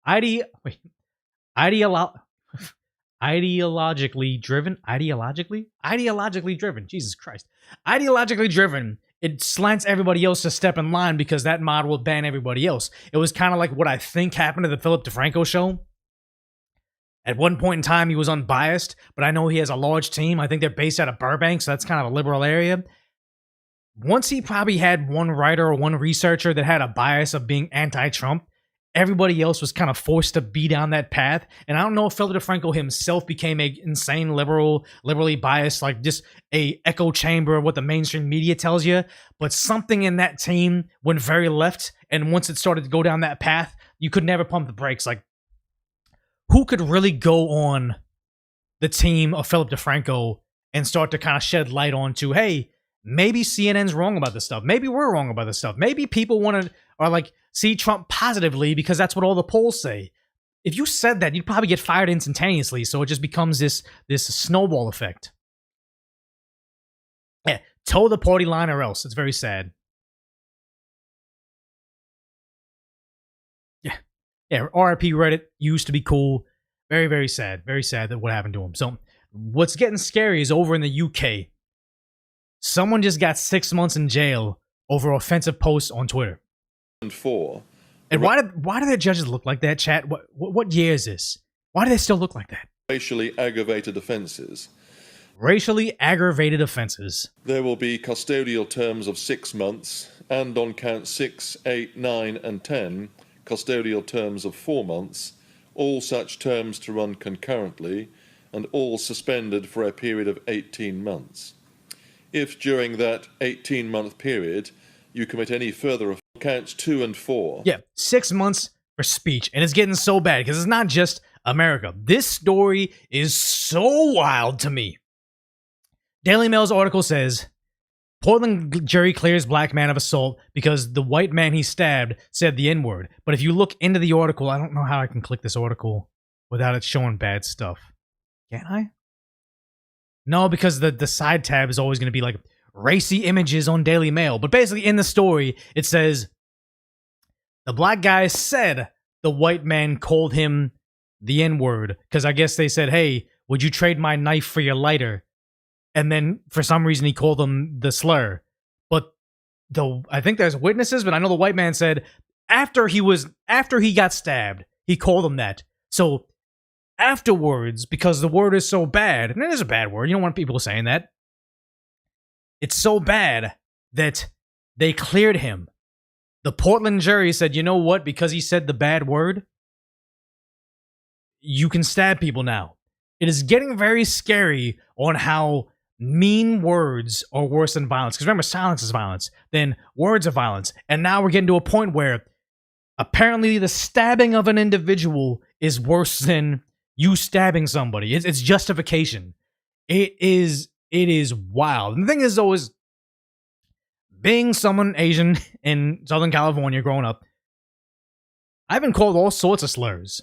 At no point in time did it make me think that, like, oh, I need to end them. It's like, yeah, it sucks they call you a slur, but honestly, it's like, it's words. You don't play their game. Like, they say something to you, they're trying to incite a reaction out of you, but it's like, no, I don't let dim-witted fools control my emotions. If you're going to call me, you know, a slur for Chinese people, why would I give you some sort of reaction? It's ridiculous. But now we're at a point where it's like, yeah, if you say something negative to somebody else, it's enough for them to try to end you. I dislike everything about it. Yeah, sticks and stones. It's sad. It's fragility. I really think it's fragility. Like, yes, people can say all sorts of mean things to you and try to rile you up, but if you allow a word to control you and make you like commit a felony, risk jail time, destroy your entire life, like become someone that is forever going to have to live with that. It's a very, very low impulse control. You're fragile. Yes, it's a bad word. Yes, it has lots of connotations to it. You can say negative things about their mother too. Like you should never get a pass for that. I think I'm not a big I am a big freedom of speech guy, but I'm not a freedom of speech guy saying like, oh, a Cinnabon employee should be able to call someone the N-word. No, I don't. I think that's a terrible thing. But I don't like how it's being used as permission to commit atrocities. It's a dangerous path to go down, because once you say that word's off limits, what else happens? Yeah, 1A protects you from the government, not of the citizens, but also your freedom of speech shouldn't give you, is it carte blanche? Whatever. It shouldn't give you permission to stab other citizens either. I don't like that. And it's crazy. So you see this. They're so caught up with the racial narrative. Like, so here we have Jake Tapper. He's since apologized for it, but this video right here, where they found the J6 pipe person. They know it's him. They've seen his picture, and here he is calling him a white man. Ryan Cole Jr., a 30-year-old white man from the D.C. suburbs, is charged with transporting an explosive device in interstate commerce and with malicious destruction. Ryan Cole Jr. Yeah. He's a terrible person. Throw him in prison forever. But why is he a white man? And the worst thing is, Tapper later apologized for it, saying, hey, I shouldn't have said that. Maybe it was an honest mistake, but I don't believe so. I have a whole video on it where I say they've made this same mistake classifying non-white people as white people when they commit crimes. And then our justice system has had a bad habit of calling every time a non-white person commits a crime, booking them as a white individual to juke the crime stats. Yeah, they apologized for it, but now we're seeing CNN almost angry at the idea that there was committed by a black man. I think you should be angry that someone committed this crime in the first place, not the ethnicity. The ethnicity should be irrelevant. It should be, how do we stop violent things from occurring in our society? I should believe what he says. No, maybe he put a bomb at the DNC because he believed the Democrats stole the election because Republicans and conspiracy theorists pushed that. They're still trying to make him into a MAGA conservative when all signs point to him being a liberal. His parents are very liberal. I think his father's attached to that Ben Crump guy. I forgot what the connection is, but no, I would venture to guess he's a very far left-leaning Democrat. And he put the bomb at the RNC because the vice president, who was about to be sworn in, was going to ride by that area. There are many scenarios that the prosecution will have. There's a lot of mental gymnastics we can do to make it your fault. So we'd rather go with that. They'll play out this case. But I'm gonna say the thing out loud that I think everyone is not saying and is actually no. You guys are thinking it because you're trying to push it. Nobody else is thinking this. This is just you speaking it into existence. This case, but I'm gonna say the thing out loud that I think everyone is not saying and is actually surprised, and why I think Jeanine Pirro is actually saying it. I think the fact that this man is a black man is surprising to people. I think people thought this was going to be a white man. I know the internet's very extreme, but I think most normal people just were like, hey, whoever did it, I don't care. I don't care if he's an Asian guy that looks exactly like me with my exact upbringings. I'm not going to make excuses for him. I want him to be in prison. This is dangerous. You're going to hurt people. You're going to hurt me. Get him out of society. I don't care what his identity is. That's what most people are thinking, but you guys are thinking so based on race that you can't fathom the idea that someone that shares your description did something. If they did it, distance yourself from them. Just say, okay, I'm a law-abiding citizen. You're a dangerous criminal. Get you out of society. But the tribalism is so thick they can't see themselves different. It's actually kind of scary. That did this, they were going to be able to say he was a part of the progressive left. And the fact that it's a black man that is saying, I too was susceptible to conspiracy theorists that the president and conservative podcasters were pushing. They're still trying to push it on the right, but it isn't that. Like, oh my God.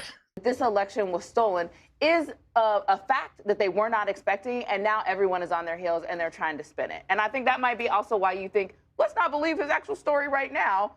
Like he's trying to get both sides. Possible. I mean, so they're so irritated at the idea that it's this. Like they live on a different plane of existence. It's not the most connected thing, but just the example is you see over in Europe, all the Christmas markets that are happening, they all have to have barriers because there's been too many individuals, oftentimes newcomers, driving through their Christmas markets. So they didn't used to have this. There's a lot of these places in Europe. They haven't even had these Christmas markets because they can't afford the security, despite the fact that they have a lot of money to bring in the people that have committed these. But Europe is kind of going a direction right now. We have Christmas parades constantly surrounded by this. And then you have this horrendous incident over in France where 10 people lost their lives as a vehicle drove through their Christmas market. No, it wasn't market. It was a Christmas light switch on attended by 300 people. So it was like a Christmas event. Someone drove through it, and a lot of people right from the get-go were like, "Oh my God, it's those guys!" They're blaming that ethnicity. They're blaming that religion. It's them. They drove through the market again. But the simple fact that it actually wasn't that. It was a local. He was under the influence of several substances. What does it say? Yeah. Oh, that's the name of the prosecutor. I thought it was the actual name of it. But apparently it was a local. So it wasn't a person of the ethnicity they thought it was going to be. I don't think you're going to find a single French person or even someone in Europe that's going to say, "Oh, it wasn't the other ethnicity that has been known to drive through these Christmas parades." Well, that guy, don't put him in jail. He was on substances. You know, he ended the lives of 10, but you know what? Because he's part of our culture, he's our people. You know what? It's okay. It was a simple mistake. It's like, no, you don't see that type of tribalism going the other way. Like, I think about like Koreans, like we really haven't been known for many crimes, but the Virginia Tech incident, an atrocity. I don't think you'll see a single Korean person. He's like brought great shame upon us. We want him and people that would do crimes like him to be in prison forever. Why is it that these other places are like, hey, look, we think that if it's our people, like over on CNN, hey, it was one of us that committed the crime. So you know what? How do we make it about them still? We're very disappointed that it was one of. It's like, no, normal people don't think this way. You know who thinks that way? Racists think that way because they can't tell each other apart. They think that every person that looks like me represents me. And I'm telling you right now, there's a lot of Chinese people in Chinese government I don't agree with. There's a lot of people of Chinese descent that want to move here that I do agree with. I don't see them as a monolith, but they definitely see us as one. It is very sad. I say, believe your lying eyes. It is sad. And the thing is, like, yeah, Luigi, I almost did a segment today about Luigi where there's a picture of him going to court and he's looking all good and he's all like cleaned up or whatever. And Reddit is just basically like simping over this guy. And it's like, you guys all love him so much, but honestly, like, one, he hasn't accomplished anything. If anything, healthcare costs have skyrocketed, and he's probably gonna do life in prison. Well, he should. The thing is, though, is like, who regular people? There's a fringe minority that will go to his court case holding up support for him, thinking that he's gonna marry them or something. Very, very small fringe minority that just sees us all the same, and they don't speak for all of us. Yeah, the party that told you to reject the evidence of your eyes and ears was their final, most essential command, and that's sadly what it is. That's, I think, collectively we started like 1,600. I think at max across all platforms we probably had 2,000 people today, so that was pretty good. Yeah, thanks Greeno for subscribing over on Twitch. Yeah, I think we'll probably do I think what'll end up being is Mondays we'll live stream probably on Decoy or Decaf Decoy on YouTube, but maybe I'll do like Twitch streams where it's like more low key. I think some people do like very, very not, I won't say low energy live streams, but just do more aimless live streams on like Twitch where it's like then maybe I can even scroll Twitter. Like on YouTube, I'm afraid to scroll Twitter because there's so much bad stuff that's there that I know Asmongold will be looking at a story. He'll get a suggestion from chat and then go on chat and like, and look at it. And I'm like, no, if I'm on YouTube, there's too much stuff that I'm afraid is going to be bad. Like, I think one time I did a video, and it had some random background music and like YouTube like gave all the monetization to somebody else or like blocked me in certain countries. I'm like, see, I don't want to deal with that. What do you call it? Asmongold talks about like, oh, maybe I'll stream on, because Asmongold's on Twitch, Kick, maybe just those two of those, but he talks about how he would do YouTube, but then they gotta get rid of a lot of the automation DMCA stuff, I think. Yeah, go live on Twitch after Asmon logs off. I was trying to do that, but I didn't time it right today. Like when I got live, I think he was gone. I know he doesn't raid people, but I know Tectone for a brief period of time, he was known as the Asmongold pre-show. And I was like, well, if I could be like the Asmongold, like when I was doing my original live stream on Decoy Voice, I tried to be the Timcast IRL after party where I'd be on after that. So I kind of feel like maybe I'll try to do the same thing with Asmongold. Be like the after show. We'll see. Yeah, Asmon will rate his 24/7 channel now. That's perfect. Like he's doing it right. I would like to pull up super chats right now, but like my YouTube is like just not working well. Let me see. Hey, you'll hang out there. Oh yeah, you over on Kick. Just watch me wherever you want to watch me, and we'll see how it goes. I know that the Twitch said they'll probably give me like a front page feature, so that'll be cool to have that at some point in time to try to push people on there. So that'll probably be like a place where I'm gonna be very active, because YouTube's never put me on the front page. I think Rumble did, and maybe Kick will, but I don't really have it. I don't even have it in like that with them. Let's see. All right, so let's go ahead and get to thanks maybe Sunshine for moderating on there. Let's see. Okay, so Josh Trapp says, I'd be happy to mod for you. If you need any mods, let me know. Thank you. I think we're good on Decaf Decoy because we got quite a few of you guys over there for now, so thank you. Dead Flush says, add me to the Only America block now too. I feel like that's the best party, because it's like if we're paying everybody's bills in the planet, why wouldn't we be Only America now?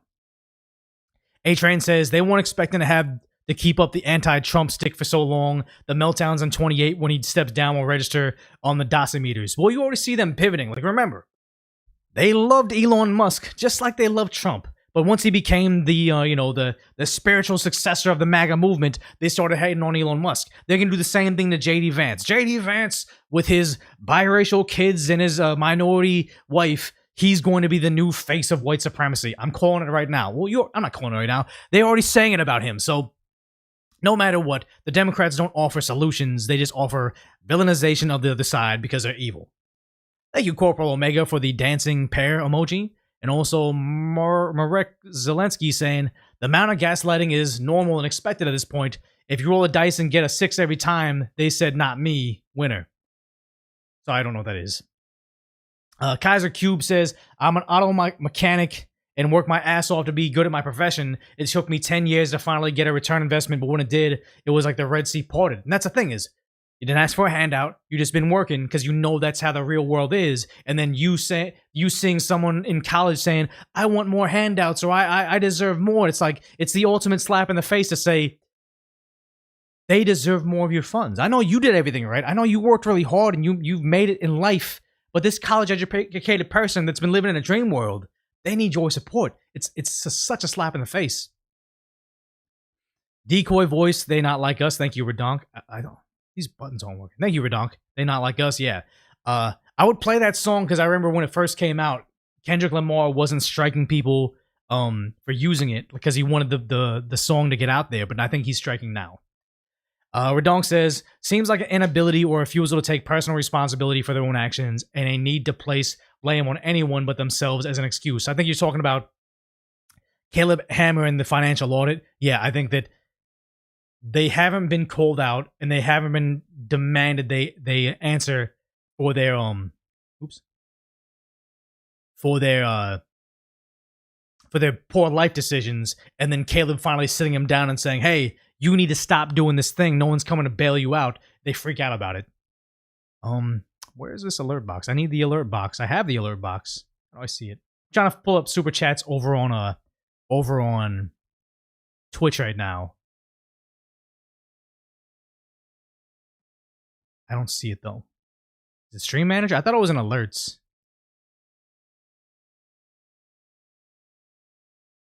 Have I watched Pierce' new video? No, I tried to watch Piers Morgan on this channel before, and even if I make the video smaller, it doesn't want to like they don't want me to show it. At least not on YouTube. No, I don't want to run an ad. Where is it? So my chat, activity feed. Oh, here it is. Not okay, wait. So filter. I don't want follows. Here it is. So Mr. Grimm, Zanata, Mr. Grimm, Amy Radola, Technical, gave me prime subs. Thank you, Zanata, for giving me a tier 1 sub. You gifted one. Thank you. Arizona Ranger, Chris 10 Shell, R Night 9, Ray's Busy, Course B, Godspeed Gaming, all gave me prime subs, so thank you. Thank you, Leaflet, for the shout out. Yeah, thank you for subbing. I think actually this might not even be from this show. Oh, thanks, Nick Mix, for the bits saying your videos are funny. Appreciate that. We got a hype train. What's a hype train? I don't know what a hype train is. Wait, kick censorship is worse? I was not even aware. I wasn't even aware of that. Yeah, we're on Twitch now, so we're gonna do this. If anybody was on Twitch the entire time, what was our peak? Do we have a lot of viewers over here? Because I know on Kick, since Nux gave us that raid, we kind of peaked for a bit. That was pretty cool. But thank you, Neobach Truck, for being there.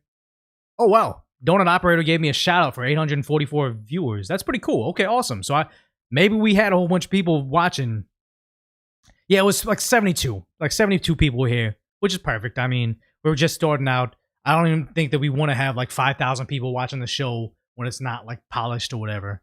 Yeah, like maybe like 91, which is cool. We'll head over to Kick, see how that's going. What the heck? How did it just automatically go to some? I promise you, I just opened Kick to the homepage. All I wanted to do was go to Kick so I can look at the super chats over there. This was what it opened up. Like I probably accidentally clicked the thing, but this is the front page. These websites, man. These websites.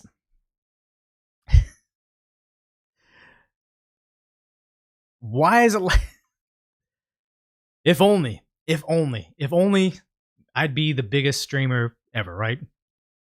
Let's see. What's the activity feed? Do I have a place that shows like all people that Oh yeah, so Nux just on Kick gave me 635 viewers, so I appreciate that. Yeah, it's like OF Junior. It's just like OF Junior, guys. Like there was one girl that was on there. I was even showing my buddy that's like into streaming. I was like, on Kick, I was just setting stuff up, and the front page was this Asian girl.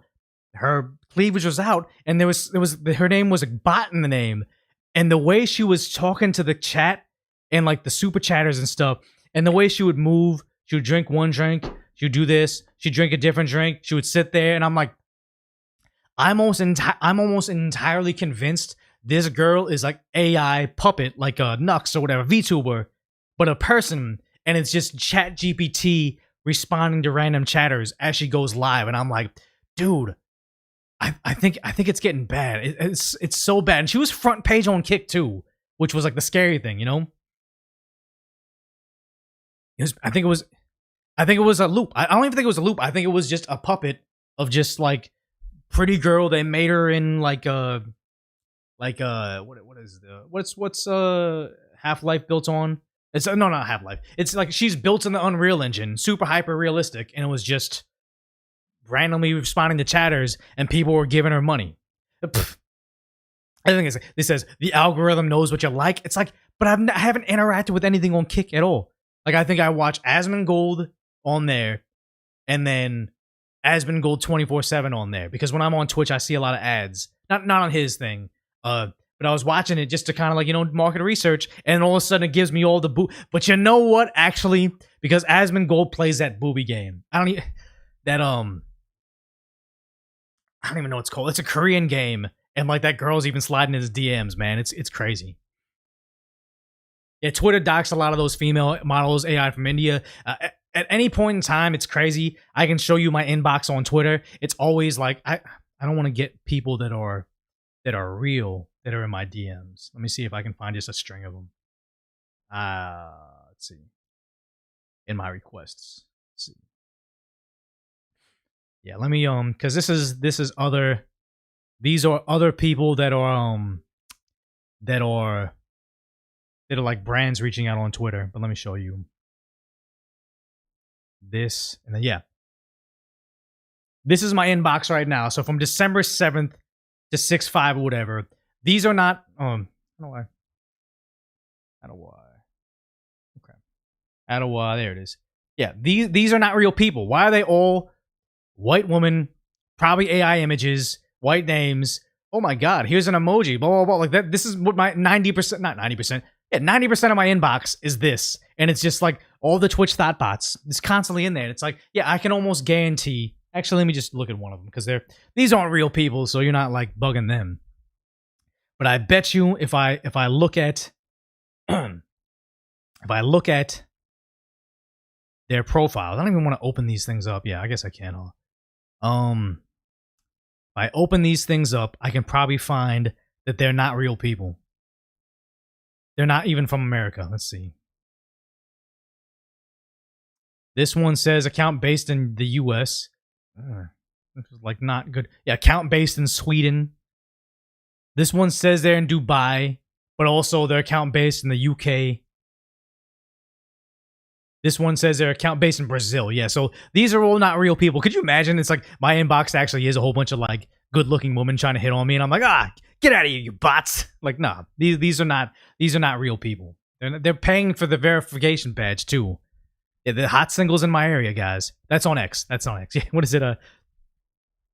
Check the country. Yeah, the country. They're all yeah. Account created 2 days ago. That's how. It's all bots. But the sad part is, though, the saddest part about this is they wouldn't be doing it so much if it wasn't for a somewhat high success rate. Like, if they weren't scamming guys out of their money, they wouldn't be doing it all the time. So that means there are very lonely idiots on the internet that are actually falling for this, and it's not a good look for us as a society, guys. Hey, you think they'd set their location to match their VPN, but now on Twitter, if you're using a VPN, there's a little shield next to your name saying, hey, they're saying they're from this country, but they're using VPN, so I don't believe it. Send gift card, yeah. Pretty much. Drop the bat, I mean, just my thing now. If you found this bat on Amazon, it's not the real bat. I mean, it's probably just as good, especially if you're not going to use it for anything, but this was the Victus bat. Online, it sold out, unfortunately, at the Victus store, and I think it was only like $60, which is pretty cool. Don't get this is not the aluminum bat. The aluminum bat's probably like $100, $200, $300, $400 or whatever. I would not use that, yeah. Yeah, most humans are not that intelligent, unfortunately. It's kind of sad. What does a China app mean if Twitter is blocked in China? I don't know. Oh yeah, Decoy the bad guy? I mean, maybe I could become the pencil bad guy as opposed to the Asian guy, or the weird voice guy, or what would they call me? Bootleg Tim Pool, bootleg Sub-Zero. I'm the bat guy. That's kind of cool. Like the baseball guy. Maybe I'll just do like a baseball channel too. Do that.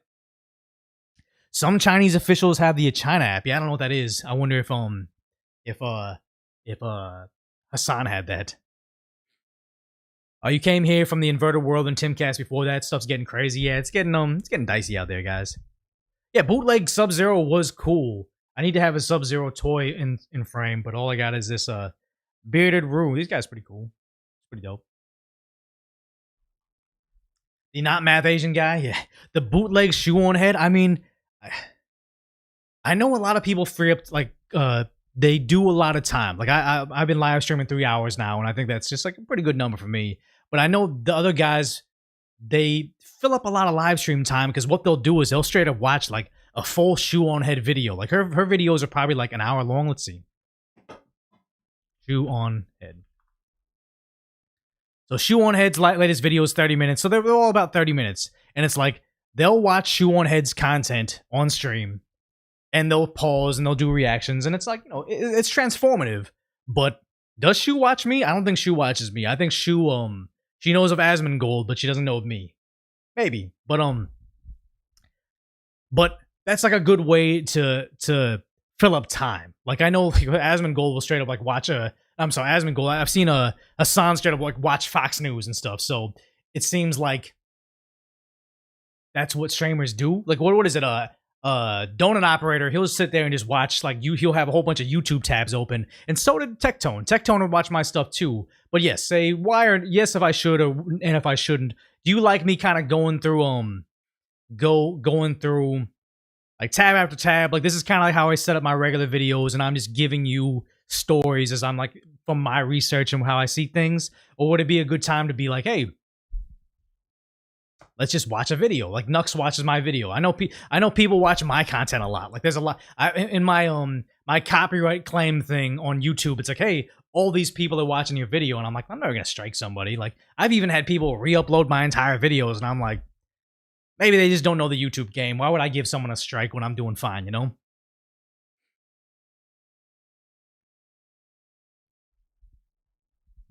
Yeah, that what do they call him? Hassan's Chaircast or whatever, just walks away and stuff. Like, yeah, Actual Justice Warrior, he watches. Yeah, he's really cool. He's cool. Yeah, Donut watches a lot of cop vids. That's kind of like his that's like his brand.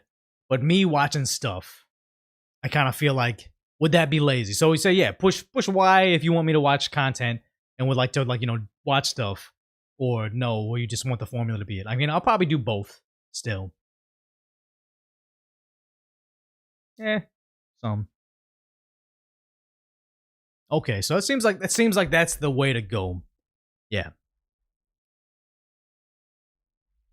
Yeah, it depends on how I want it to flow. Like honestly, like I need to make my my account just like, hey, here's a lot of interesting accounts I watch and stuff. Like what is the this? Like I don't know if I'd watch a full on what is it is this backward? Yeah, Super Eye Patch Wolf. I just recently bought his book about this finally came in the mail because it came from Italy. Like he shipped this thing. But this is super cool. Like if you guys are into like his videos and stuff, gaming. Like I mean, pretty much game. I'm a big fan of his content for a long time, especially when he talked about hitting 1 million subscribers and his perspective on it. It's kind of like, you know, giving me insight on what like a successful YouTuber does. So it's like, would I do IRL content out there and stream it? Would I do like, you know, book review or like watching one of his videos and kind of review to that? Like that'd be kind of different. You can find stuff to make fun of, yeah. And honestly, I think somebody's talked about me when I was I forgot what I was reacting to, but like they can tell I'm not like a really mean guy. Like I feel like I can get angry, but honestly, like as far as like being online, I try not to be too like adversarial. Oh, thank you, Bobcat, for the Prime sub. Appreciate that. Go to Wendy's drive-thru like Asman. I mean, that's all I want. When I'm done streaming, all I want to do is like get fast food and hang out. We've always talked about the what I do mukbang or whatever. Like when I did that like 6-hour live stream for election night, I ate a salad on camera while we're watching like the returns, and it's like I felt super awkward eating. Like I don't want to eat on live stream, but maybe I should. Because I'm hungry right now, and I bet you I can go another 2 hours if I ate and then did stuff like watch videos. Mega Bonk and Chill. I need to get type Y in chat for video gaming and for no. Let me know. Should I play games online? I played that one Return to Dokov game. That was cool, but honestly, I'm terrible at old games. What is it? Kind of mixed yes and no. Expedition 33. This game, Expedition 33, I'm not really into RPGs like at all. But I've been playing this game, and honestly, it's been pretty fun. Like, it's just like a storyline. Where's the chat? Where's the chat? Would you guys be like? Would I? Ball Pit. I've been playing Ball Pit. That was fun. Yeah, play something fun. Yeah, this is very storyline oriented, but it would be Hello Kitty Island Adventure. I think they made that a real game too. Anything that's fun for you? Yeah, Mega Bonk. I probably should. Yeah, maybe I'll get Mega Bonk. Maybe I'll get Ball Pit, because I have been playing Ball Pit. I believe it or not, I like Fortnite. And when Fortnite had Simpsons, I think I was just like, I was making so many videos. I was helping launch this channel. I didn't have enough time to do much Simpsons Fortnite. And now Simpsons Fortnite's gone forever. And I'm like, God damn it. Like, I wish I played more, but unfortunately, being an adult is being an adult. Am I spoiling this game? I'm seeing stuff I haven't seen yet. Okay, I'll have to stop. Downplay Fortnite? Well, Black Ops 7 flop probably. Honestly, I haven't been playing any like Black Ops. I like Call of Duty Modern Warfare 2, but after that, I've been terrible. Simpsons Fortnite was crazy. It was awesome, yeah. Yeah, you played the heck out of it. I mean, I just spoiled the game. Fortnite did so much game damage to gaming. It's like microtransactions that destroyed gaming, I think. I haven't even heard about Where the Winds Meet at all. But yeah, so we'll figure things out. I mean, we'll come back on Monday for certain, but we might throw in another live stream maybe on Thursday, Wednesday. We'll figure it out. And I'm still trying to figure out if you guys like watching it at nighttime, so I could be like the Asmongold after show, or should I bump it up and just kind of compete with them, or go it in the morning? We'll figure it out. But I mean, thanks for hanging out as long as you have. But for now, duck off.